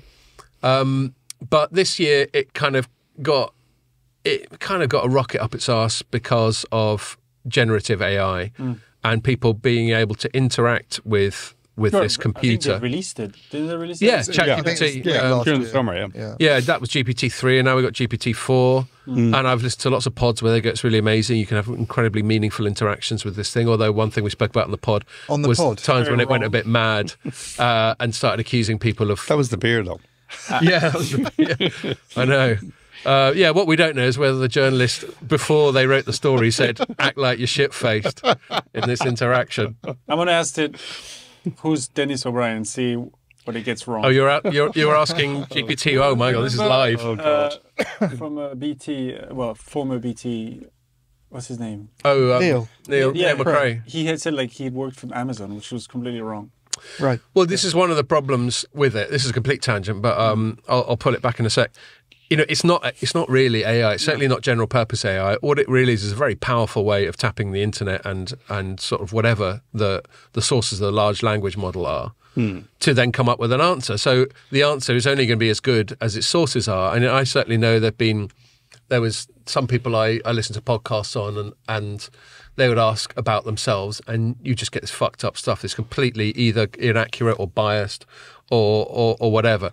So we got a long way to go. Anyway, so that was ChatGPT, and that was run by OpenAI. And then over last weekend, the board of OpenAI just suddenly sacked its CEO, who's a chap called Sam Altman, who I think prior to that was more a general VC kind of guy. Y Combinator, I think, was where he's at, which is quite a well-known Silicon Valley VC firm, I think. They just sacked him, and no one really was sure why. They just said, muttering something about unprofessional this or conflict of interest that or whatever. But lack of candidness or something. There we are, lack of something like that, yeah. The conspiracy that he could have done something with the meeting with Elon Musk and Tim Cook and Xi Jinping and everyone. When they were all getting together to chat about AI over here. They said the timing is a bit weird. He might have had a bad Chinese. It could be as simple as that. Yeah. The Machiavellian view is that this was all sort of engineered by Microsoft so that it could go in and because it's put so much money into Open, it's basically the owner. Well, that's kind of what I'm leading up to. 48% or something. Yeah. Without meaning to be a prima donna, that's kind of where my narrative's leading to now. If you fucking let me finish. No, I was just saying it taps into Denis's point about the sort of when you mix commercial and non-profit, it becomes. He's always like this. Yeah. The more of these. More of these. Yeah. Jesus. So I'm obviously only joking. We get on great. It's his birthday. Actually, that was my way of going. I completely agree with you. Yeah. And that was what I was just getting to in my little lead up. Well, I thought I'd sum it up for you. You thought you saved me the bother. That's really kind of you. Thanks, mate. It's really appreciated. And so as you say, Microsoft owns almost half of it, I think, due to sort of normal, well, perhaps not normal, but the kind of VC investment that you associate with these things. And my headline yesterday was Microsoft is likely the big winner from OpenAI's implosion. And I'll quickly talk through the timeline of the report yesterday and then the update today. So they got rid of Sam Altman, and then Satya Nadella, who's the CEO of Microsoft, went, okay, we'll just create a whole new division of Microsoft that's devoted to AI, and we'll appoint Sam and this other geezer who left at the same time called Dave or whatever. And they look like the whole staff is going to follow. Yeah, and then the staff 500. And then the staff, sent this letter. It was 505 at the time. I think it ended up being almost like 95% by the end of it. Sent this letter going, yeah, fuck that. To paraphrase. But the stock went down. The Microsoft stock went down when this was happening. Because Microsoft had invested something like 11 billion in it. So it's perhaps a reflection of maybe that whole investment being wiped out. That's chunk change. Yeah, exactly. I agree with you. Like Microsoft would have a couple of $100 billion on their balance sheet in cash. So how I summed up. A couple of paragraphs I summed up yesterday. I said Microsoft has already invested over 10 billion in OpenAI, so the spectacular destruction of that investment could superficially be viewed as a significant loss for Microsoft. But as Radio Free Mobile explores, and I link to them, because I hate it when journalists don't link to stuff they do, which some don't, the fuckers. The company is already all in on OpenAI, OpenAI, which is in effect a far bigger investment, i.e. how much it's integrated OpenAI into a lot of its other stuff. It seems that no matter how this plays out, Microsoft will secure total control of the talent and intellectual property and so on. And a few people have disagreed. And then we got to today where that letter that you just mentioned, Ian, where everyone just went, bring Sam and his team back or we'll all leave. They basically just shat themselves and went, yeah, all right then, we will.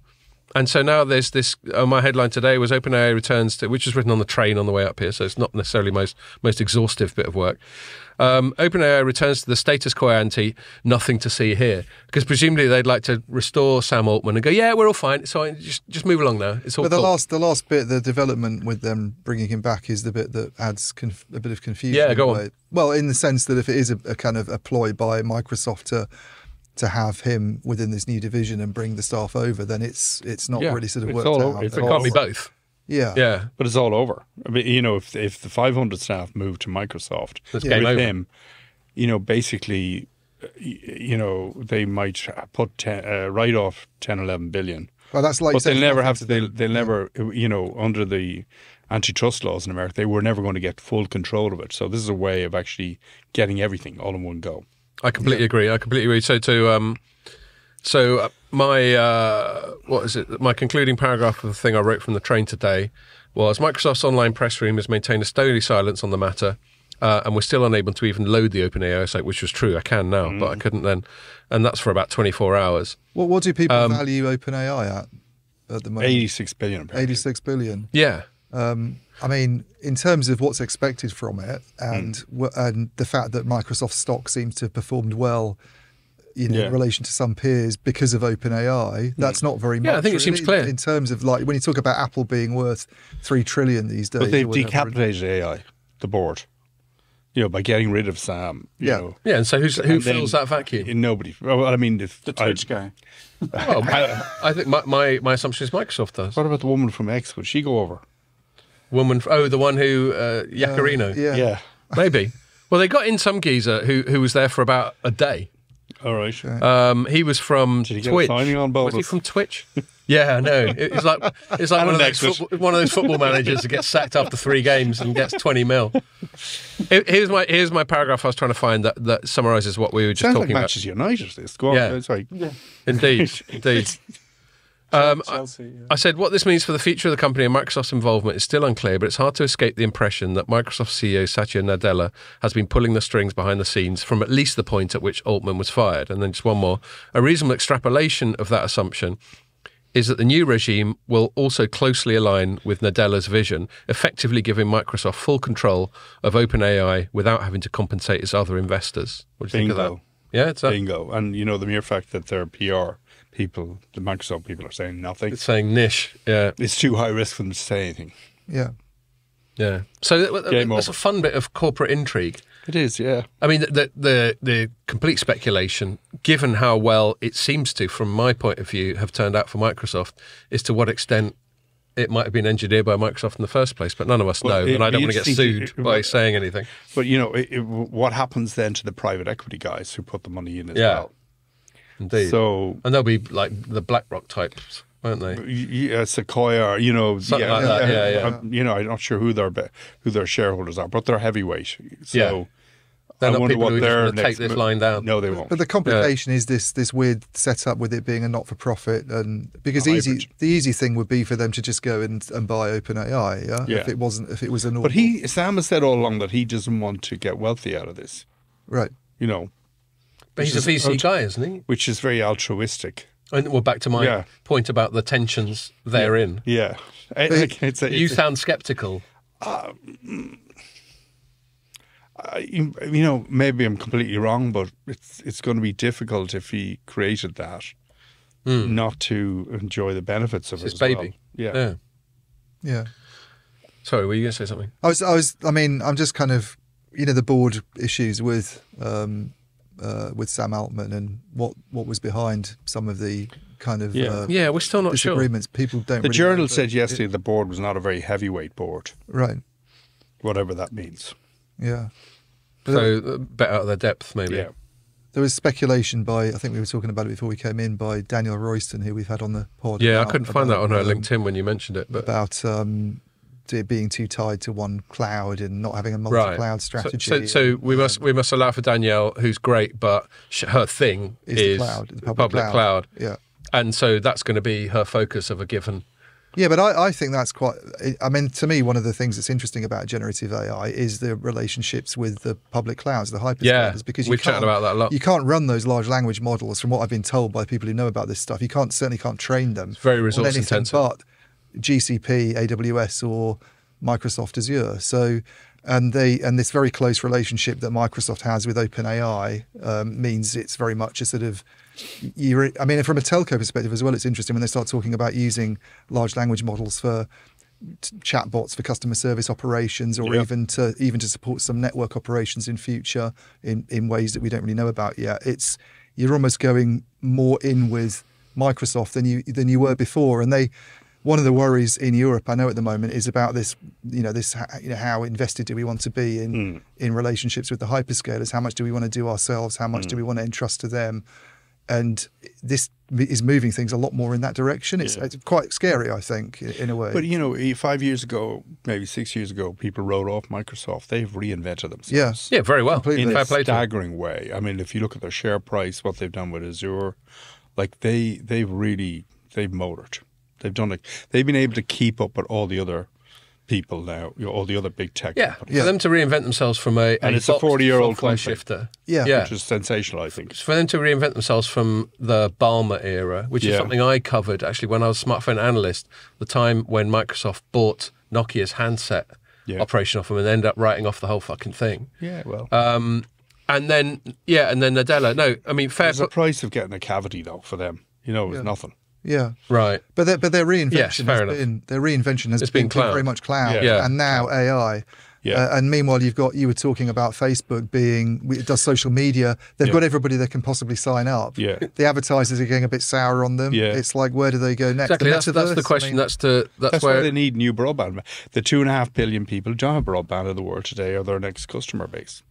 Yeah. Yeah. But TikTok is a better product than all the other social media. Yeah. It's certainly got in our markets, we just see TikTok all the time. Right. What do you? I'll come back to that, but I want to just pick up on what we were just talking about before. Something Ian and I have spoken about a lot in the pod, which is a fear of an over-reliance on three dominant public cloud hyperscalers, as people call them. And it would seem to at least partially overlap with the more general big tech thing that we were talking about earlier on in the pod.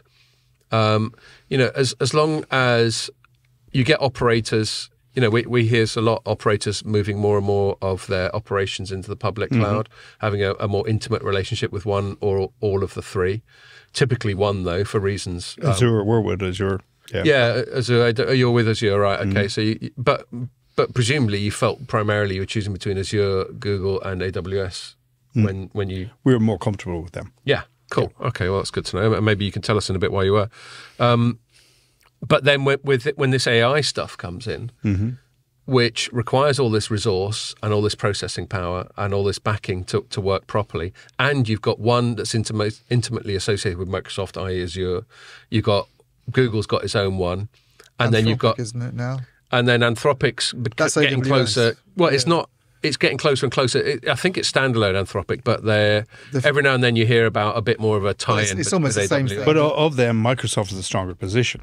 Because they're fully integrated all the way. Yes. With OpenAI. Yeah. Yeah. What, even more than Google? Which they're way more. I think from what I understand, they're much more advanced, way more advanced than Google. Right. So why did you pick Azure? You just alluded to that. Just a better working relationship. We do some reselling for them. We have an enterprise business that is maybe 15% of our revenues, maybe $300–400 million worth of revenues there, that we were more comfortable dealing with Microsoft because they're a very strong B2B company. And we felt there was a long-term relationship there, and it's gone extremely well for us. Cool. Couldn't have gone better. But do you worry about, I mean, getting back to the big tech conversation, because they are obviously big tech, that it's a dependency. Well, we weren't going to give it to Google, to be honest with you, because of their behaviour. Right. Okay. That's interesting. So, but on merit, Microsoft won. Hands down. I mean, I would think that given that concern that you've got about Google, I mean, the other one, AWS, obviously has its they're a big streamer as well. They would be one of the companies that would be expected to pay up under fair share. Maybe Microsoft not so much. It puts Microsoft in a nice position. It does, for other telcos are thinking the same thing. Yeah, it does, yeah. But, they have the better management in Latin America and the Caribbean than the other guys. Yeah. And they're better to deal with. Do you worry about, because this whole thing about lock-in and supply dependency has become a bigger issue recently, partly because of geopolitics, but we talk about this a lot, that when you talk to the CTO guys in this space, they're always on about the difficulty of moving stuff out of a cloud and into another one if you had to do it, and you go down that road, and it can be a relationship that's impossible to end if you ever wanted to in the future. I think we're in a different situation in the emerging markets. You don't have the depth of talent there from an IT point of view to make that easy to change. Yeah, so we're trying to minimize that kind of risk. So developers are difficult to find in the Caribbean. There isn't a large community of developers. Yeah. Trinidad not bad, Jamaica not bad, but goes a little bit full circle to your big picture view on education as well. Yeah. But in a developed market like a BT doing, I think it'd be different. I think it'd be much different. Well, they're quite resistant to the idea of putting their network workloads in the public cloud. They've gone there with the IT stuff, but they very much want to have the 5G core and other things on their own sort of private cloud. I think BT, they've got OpenReach to fund. They have a lot of things to fund. They have a pension. Yeah. So every company has different things that they're trying to grapple with. Like we're grappling with things. BT are grappling with a couple of things as well. Yeah. Everybody has something.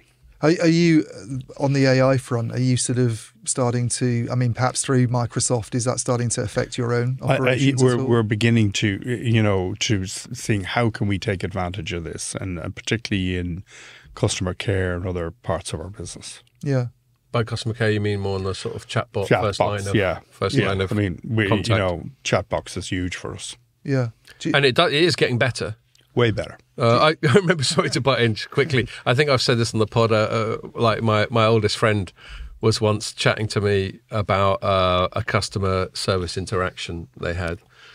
And they were like, and this bird was going this, that, and the other. And I was going, mate, you were talking to a fucking robot. And he's going, fuck off.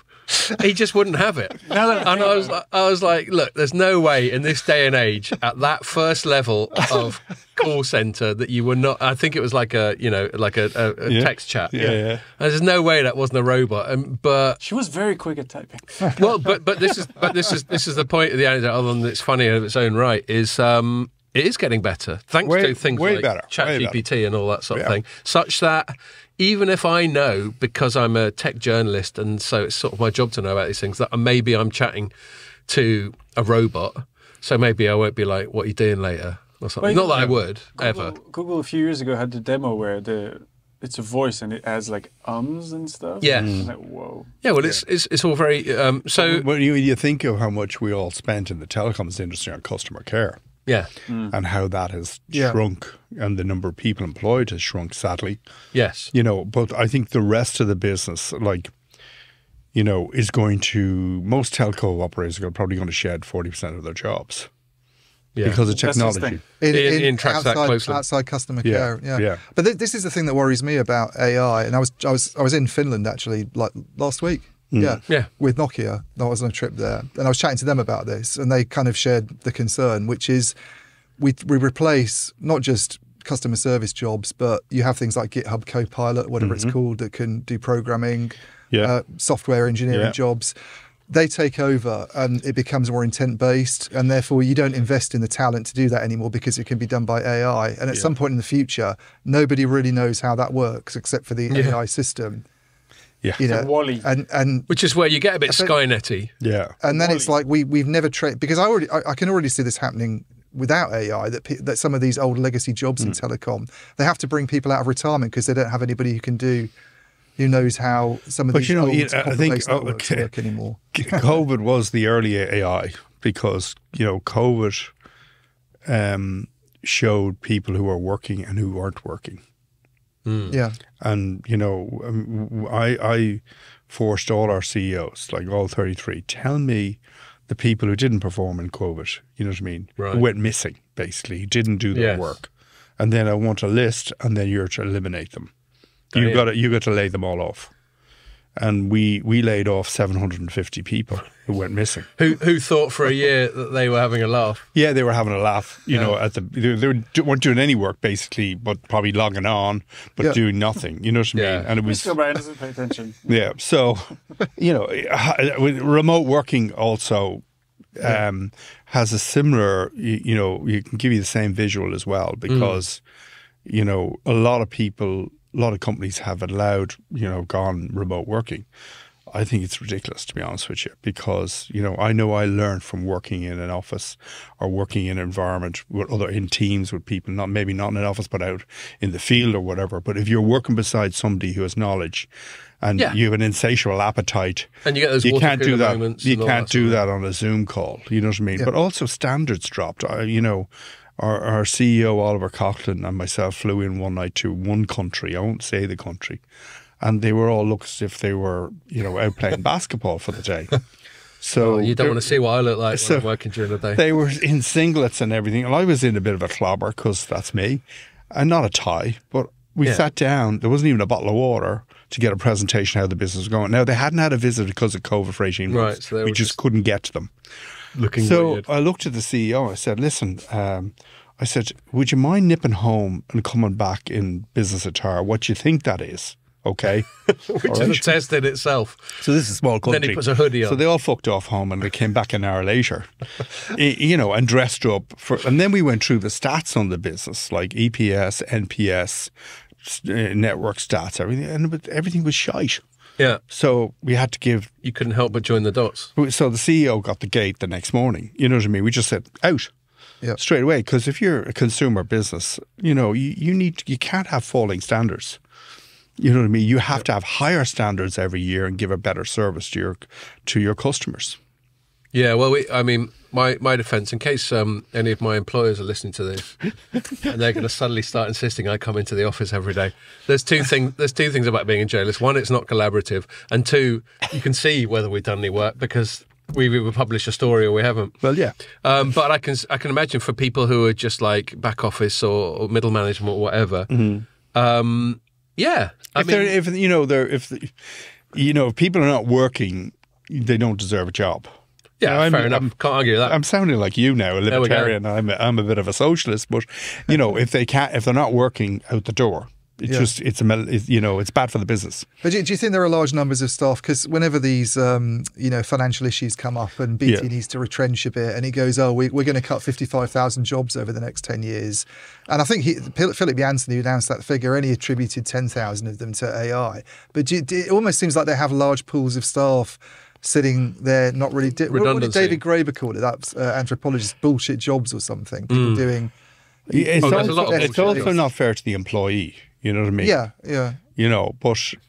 But that's a horrible thing to say. It makes me sound like a real callous sort of. But we're in an industry where margins, profitability is under ferocious pressure. We can't get price increases. We can't get price increases even halfway to what the inflation rate is, or the interest cost of capital. So unfortunately, we're shrinking all the time, and we're trying to introduce technology to make up for that. And AI will have an integral part of that. Right. So it's interesting. Sorry, Ian. Where we were. So telcos will lose 50% of their staff in the next 4 years. That is what I was going to say. But this obviously goes outside the area that you're trying to use AI in at the moment. This goes much beyond the customer care function. This is right into network operations and stuff. Yeah, and obviously digitally as well. Everything is moving digital. Retail outlets are going to close. It's just a complete change. Yeah. Yeah. Because we're in a dog-eat-dog industry. You said it at the beginning. It's right. Yeah. That's the headline. You got to get a bit more of a shoit. You got to get. You got a shoit. Yeah, Shite's more London. Shite. Yeah. Look at Brendan Gleeson. Like, It's more Knightsbridge. Yeah, exactly. Brendan Gleeson, he's got a great accent. What was I going to say? Yeah, I don't want to labour the point because this is sort of peripheral, but it's interesting that you said to me quite rightly that I'm libertarian and you're more socialist, and yet you're this very successful entrepreneur. And it's slightly counterintuitive that a successful entrepreneur can be socialist. Now, we've covered it quite a lot. You've spoken about your activities in Haiti and other places, Papua New Guinea, but I think it's just a really interesting thing how one reconciles the two things. How one reconciles running a functional business, i.e. that has to make money, with other non-purely profit or revenue-driven motives. And I'm actually all in favour of it. Yeah, you sleep better though. Yeah, totally. No, you sleep better at night. You don't feel, it can't just be about money. Yeah. It can't just be about money. So, yeah. Okay, so...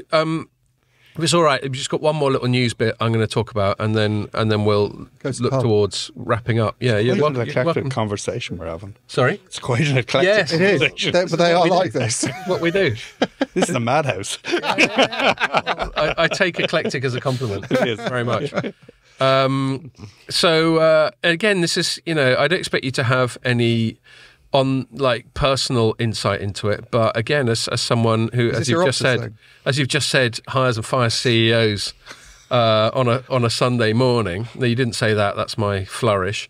There was Optus, which is an Australian. I think it's the second operator behind Telstra in Australia. Number 2, yeah. Right. TPG are 3, yeah. There we go. What happened to Vodafone? If you ever want a job as a telecoms journalist, I think we do a great job. What was the number 3? Wasn't Vodafone in there? But they've fallen behind, have they? Hutchinson, Vodafone, that's it. Optus, and Telstra. This is one market I never cover really. Yeah, well, we don't much, and you've got an excellent we've got writer a freelancer there, who does stuff for you. Yeah. We don't have an Aussie bureau at Telecoms.com, so I have to cover it anyway. And they had a big outage. Optus had a big outage. Dressed like in Australia. Do you know that? Is this quite an Aussie look? It is what's the Australian rock band? Oh, AC/DC. Akadaka. Yeah, AC/DC. AC/DC. Well, actually, It's a compliment, does it? I'm going to get an AC/DC t-shirt because it was my dad's. I mean, they were band. very Scottish. So we're going to have the Hubert Cheney Memorial AC/DC t-shirt on the podcast. So they had a big outage, and why I say big outage, it was like most of a day, which is a big deal for a national 14 operator. hours. Yeah, and that was that. And then the interesting thing, once something like that happens, is why. It was because they mixed the mobile and the fixed together. Okay, go on. Okay. You might That's be what I telling me was some told. stuff that I haven't read. No, carry on. That's what I was told. They mixed the mobile and fixed together. What does that mean? They shared networks, and they should have separated them. And it took them a long time to identify what the problem was. But why did they do that? If that, in hindsight, was clearly a bad thing. God only knows. Cost savings. Yeah, might have been just human error. In some human way. error. Yeah. Right. So the interesting thing, as far as I got when I wrote this 2 days ago, so obviously I should have rung you up, Denis, and got the inside scoop before I wrote the story, but there we go.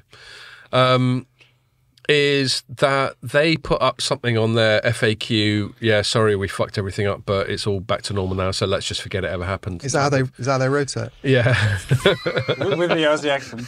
They should have, though. The F bit of FAQs has definitely got a swear word in it. Fuck all questions. There we go. It's the C word spelled with a Q. No, that's the one swear word we don't say on the pod, although I think we did last week, didn't we? Yeah, No, it has been said. You said it under your breath, and you were talking over him, and I couldn't hear it. Oh, okay. So I should have just let it go. Okay, anyway. Yeah, and Optus came out with this thing in their FAQs, which means whatever you want it to mean, going, yeah, it was all down to this interchange network or whatever they called it. Yeah. And then it turned single point of failure. That was the problem. Yeah, they identified one point of failure, and it was some kind of global exchange network. And then it basically, I think leaks came to the Aussie press saying it was Singtel's STIX exchange. Now, this is especially awkward because Singtel owns Optus. And then Singtel came out and went, You're talking shit, son. In Chinese? Yes. He doesn't do Chinese accents. That's his Chinese accent. What is it? I think I've got a quote. Yeah, no, I don't do Chinese accent. If I'm doing Xi Jinping, I do him like Ray Winston, like being a Cockney geezer, because it's just not worth getting in trouble for trying to do a shitty Chinese accent. Here's Singtel's rebuttal to these things that came out. This was put as one of those, not a press release, but one of those messages to the stock exchange, to the market that people do to address media speculation. Yeah. I'm sure you've been there. Yeah. And so, quote, during the upgrade, data traffic was routed to other points of presence on the STIX network and back into customers' network. The STIX upgrade was completed within 20 minutes, and all its customers' routers that were connected to it, including Optus's, were up and running. We are aware that Optus experienced a network outage after the upgrade when a significant increase in addresses being propagated through their network triggered preset fail-safes. However, their upgrade was not the root cause. So does that sound plausible? Sounds like a football manager's interview to me. Yeah, it is a bit. Having lost 5-0. Look, I would have thought Singtel should have stayed out of it because they're only drawing attention that they're a foreign company, operating in Australia, Which is controversial at the moment anyway. Did the CEO get the gate? No. From Optus, yes. So she's called probably unfair. Kelly Bayer Rosmarin. Yeah. I think her job was on the line anyway because there'd already been a breach, hadn't there? A cybersecurity breach. Yeah, but if you're the CEO, there's a lot of things you control, but that's probably not one of them unless they pull the resources out of that part of their business. Yeah. Like if Lisa Agard, who's a fantastic CEO in TSTT in Trinidad, lost her job because there was a cyber breach. I think that's mad. Right. Talented CEO. Yeah. Presumably it put security measures. It was just a political decision to get rid of her because it's throwing under the bus. Yeah, throwing under the bus, which was completely wrong. How far is any operator from a cyber breach? Is it just luck that they avoid 2 seconds? Yeah. That's quite scary. Absolutely. So, and there's only so much you can do with investment in mitigation. Yeah. And would I fire our CEO because we had a cyber breach and we've had a limit? We've been lucky, but absolutely not. But the point I made in my story, whether or not she should have been fired for the outage in and of itself is one matter. But as soon as it started getting leaked to the press that it was Singtel's fault, and the leaks must surely have come from Optus, surely that put her in a much more precarious position. I'd say it probably came from somewhere else, not Optus. Okay. But you're just keeping your speculation as vague as that, are you? So they have a conflict of interest. Right, okay, fine. Yeah, so you operate all over the place, so yeah. I don't know. I mean, the only point I said is if STX was the only... So they referred to an internet... Here's the phrase I was groping for earlier. They referred to an international peering network. That's what it was. Mm-hmm. And I said, if STIX was the only international peering network to issue a software upgrade around the time of the outage, then it seems either Singtel or Optus must be lying. In other words, Optus said it was due to an international peering network. Logically, yeah. Right. And if Singtel was the only one that happened, then according to Optus, it must be Singtel's fault. And Singtel's going, it's not our fault. So one of the two of them are lying. And so you've got the parent company and the subsidiary company in direct opposition with each other in their public messaging. But that can happen. Yeah. That can happen. But it's pretty awkward, isn't it? It is awkward. But, look, Optus will recover pretty quickly. People won't cancel their subscriptions. Yeah. They'll continue on. Now, if it happens a second or third time, then it's catastrophic. Once is carelessness and so on. Yeah. Okay. So, but you still feel for the CEO of Optus for getting? I do. Yeah, I actually do. Yeah, definitely. So if you were Mr. Singtel, yeah, and I've probably got his name here. Yes, Yuen Kwan Moon. Yeah. How might you have managed it differently? I said nothing. Right. But there's a parallel handle it locally. Why would you draw attention that you're a Singaporean company owning the number 2 operator in and they're pretty xenophobic in Australia. They like Aussie companies. But better say nothing. Been an issue in the past. It has, yeah. But I mean, interesting thing that if you remember last year, there were a series of internet outages AWS had downtime, and Facebook had one, and I think Akamai had one. I don't think anybody went because of those outages, and they were probably much more disruptive. The AWS one took down a number of websites and businesses for a day, and I don't recall anybody going, "This person's lost their job because of that." They were just attributed shit happens. But they were to do with software. It wasn't cyber attacks. They were software upgrades that went wrong. Someone pressed the wrong button and made a mistake. I mean, maybe some engineer lost his job. But the BACU had moved everything to India, and then a few weeks after, huge outage. But the CEO didn't get it. And he kept his job, But Singtel are a first-class operator. Like, they made great investments. Optus has been a very long-term investment, over 20, 25 years. But they own part of Airtel in India. They've been a great partner to Sunil Mittal. And they've invested their money smartly. Yeah. I'll tell you one intriguing thing. When I was looking for, when I was on the Optus site looking for press releases or updates or whatever, there's nothing on the Optus site about corporate stuff. And when you scroll to the bottom, which is often where the corporate stuff is, the only thing it gets to is straight away it says about Singtel at the bottom of the Optus site, which is interesting. Yeah, they don't want to advertise it heavily over there. No, but the point is, they, back to the point you both were making about to what extent Singtel should be stealthy about its involvement with Optus. When you get to the bottom of the Optus site, the only corporate link is about Singtel. It's not about Optus. So, I don't know. I have no idea. Obviously, we can only speculate what Singtel's sort of broader corporate comms strategy is. But I think you're onto something there, Denis. Just keep your head down. The TPG, which is the third, is it TPG? Is that right? That's the third one. I think they're with Hutchinson now. Yeah. Okay. Yeah. Okay. So they're Hong Kong owned as part of that group, basically. Well, Hutchinson, I'm not sure they've sold their equity down, but I think there still could be a shareholder. Okay. But TPG is deemed to be an Australian company. Right. Okay. I'm just curious. Who the players are. Cool. Yeah. Well, look, we're getting close to. I'm sure we've done nearly 2 hours, haven't we, Pierre? Yeah. Ian, I'll hand it over to you. We've had lots of. It's been a really fun sort of meandering chat. These are the best podcasts, so the meandering ones. And there's so much to chat to you about, Denis. I figure we could do 2 more hours. But before we wrap it up, Ian, I'll put it over to you. Are there any other sort of last things that we chatted about today? Maybe I interrupted you. No, I don't think so. Ask. What? Okay, it's an open question. But what are you doing next? I mean, have you got? Is there anything you can talk about that you're doing next in telecom? Because I know there'll be things you can't, obviously. Well, I'm now a minority shareholder in Digel, so I'm non-executive. So basically, I have 12 hours a day now to fill, and I won't work 12 hours a day anymore. But I will be looking at other investments and making other interesting things, hopefully. Yeah. It gives you great, it freshens yourself up, you reinvent yourself, and off you go again.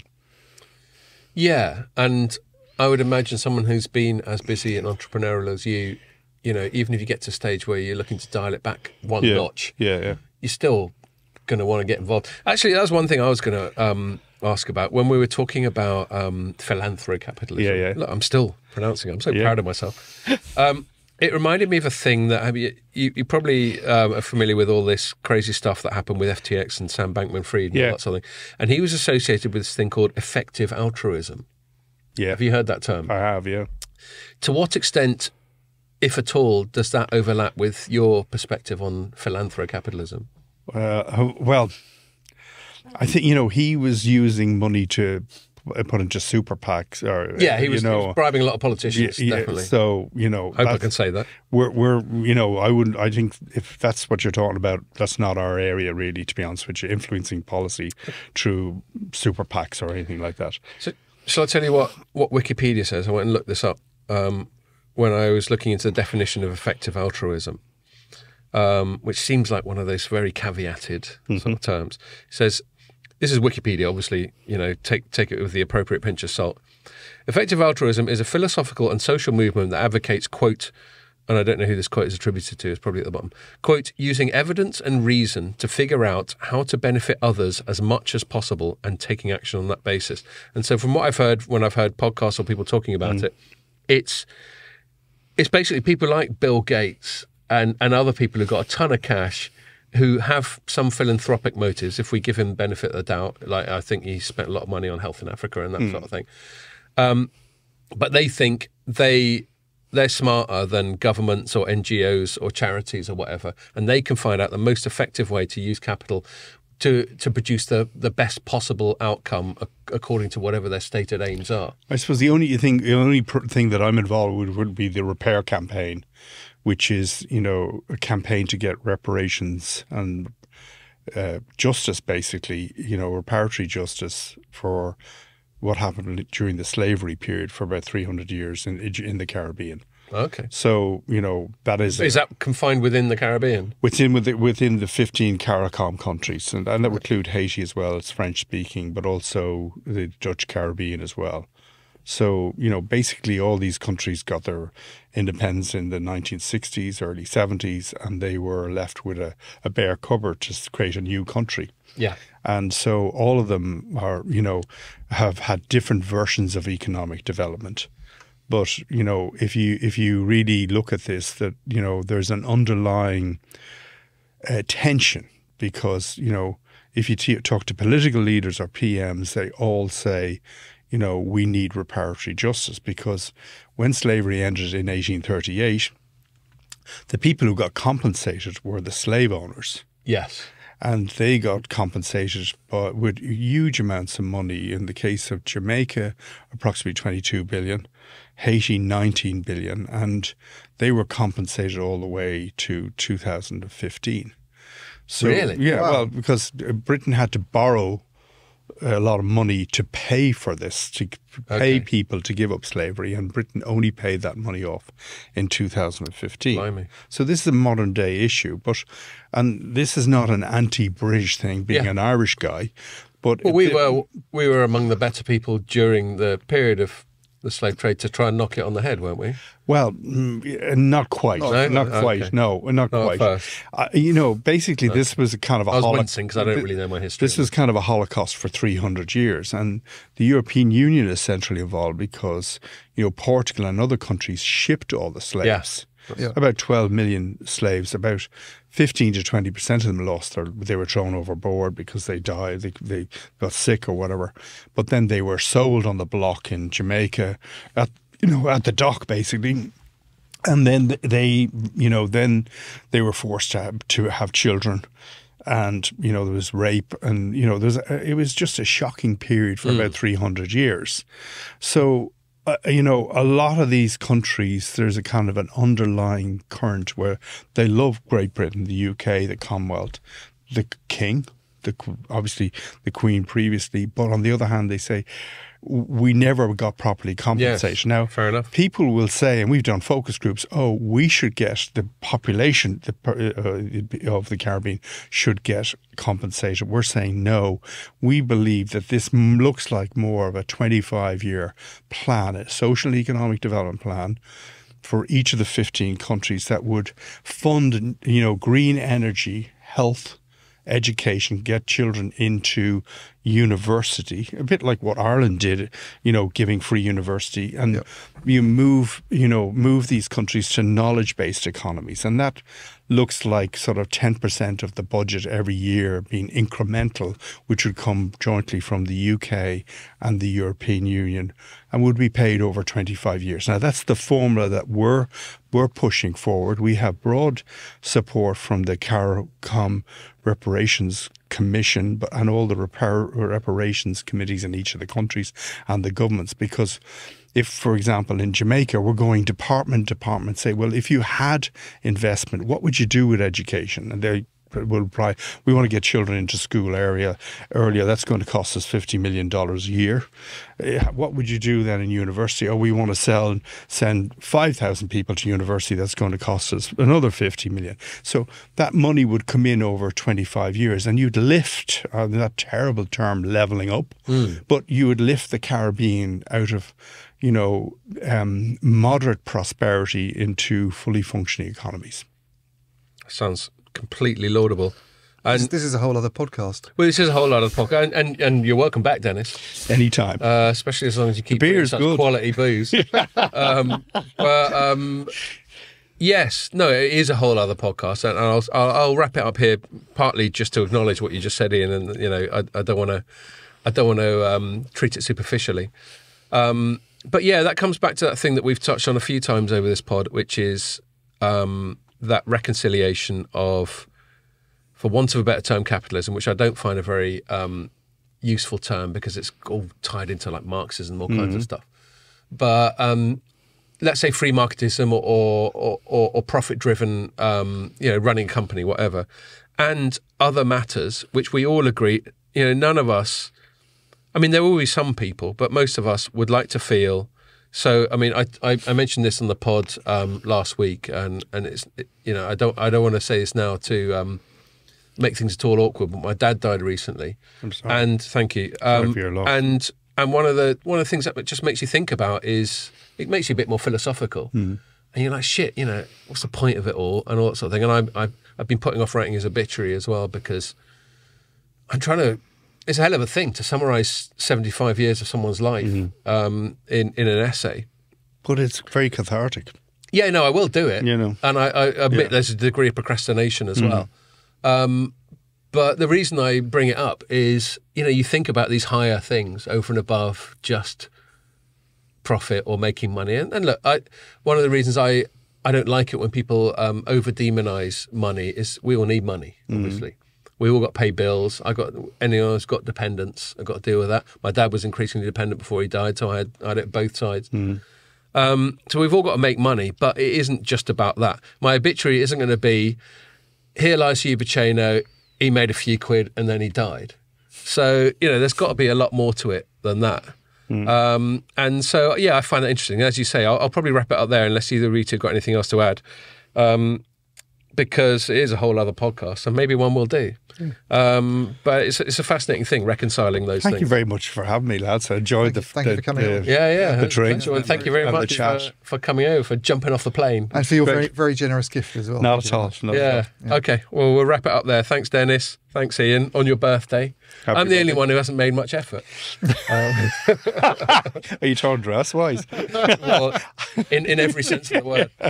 And thank you for listening. And yeah, the next one, actually, I was going to say this at the start, I'll say it at the end. Next one will be a little while away because in between now and then, I'm really busy. I'm doing 2 events on the 30th of December. One is a Future Vision event during the day, and Ian's involved in that. And we're going to be interviewing people like Howard Watson, Iago Tenorio up on stage. And then in the evening, I've got to quickly go into the bogs, change into my dinner jacket and host the Glotel Awards, which is our annual awards ceremony. So I'm at that as well. And he's at that, but just as a spectator. You're just there to laugh at my attempts at humour when I'm up on stage. So 30th November, if you're interested in either, check it out on our website. And other than that, join us for the next one.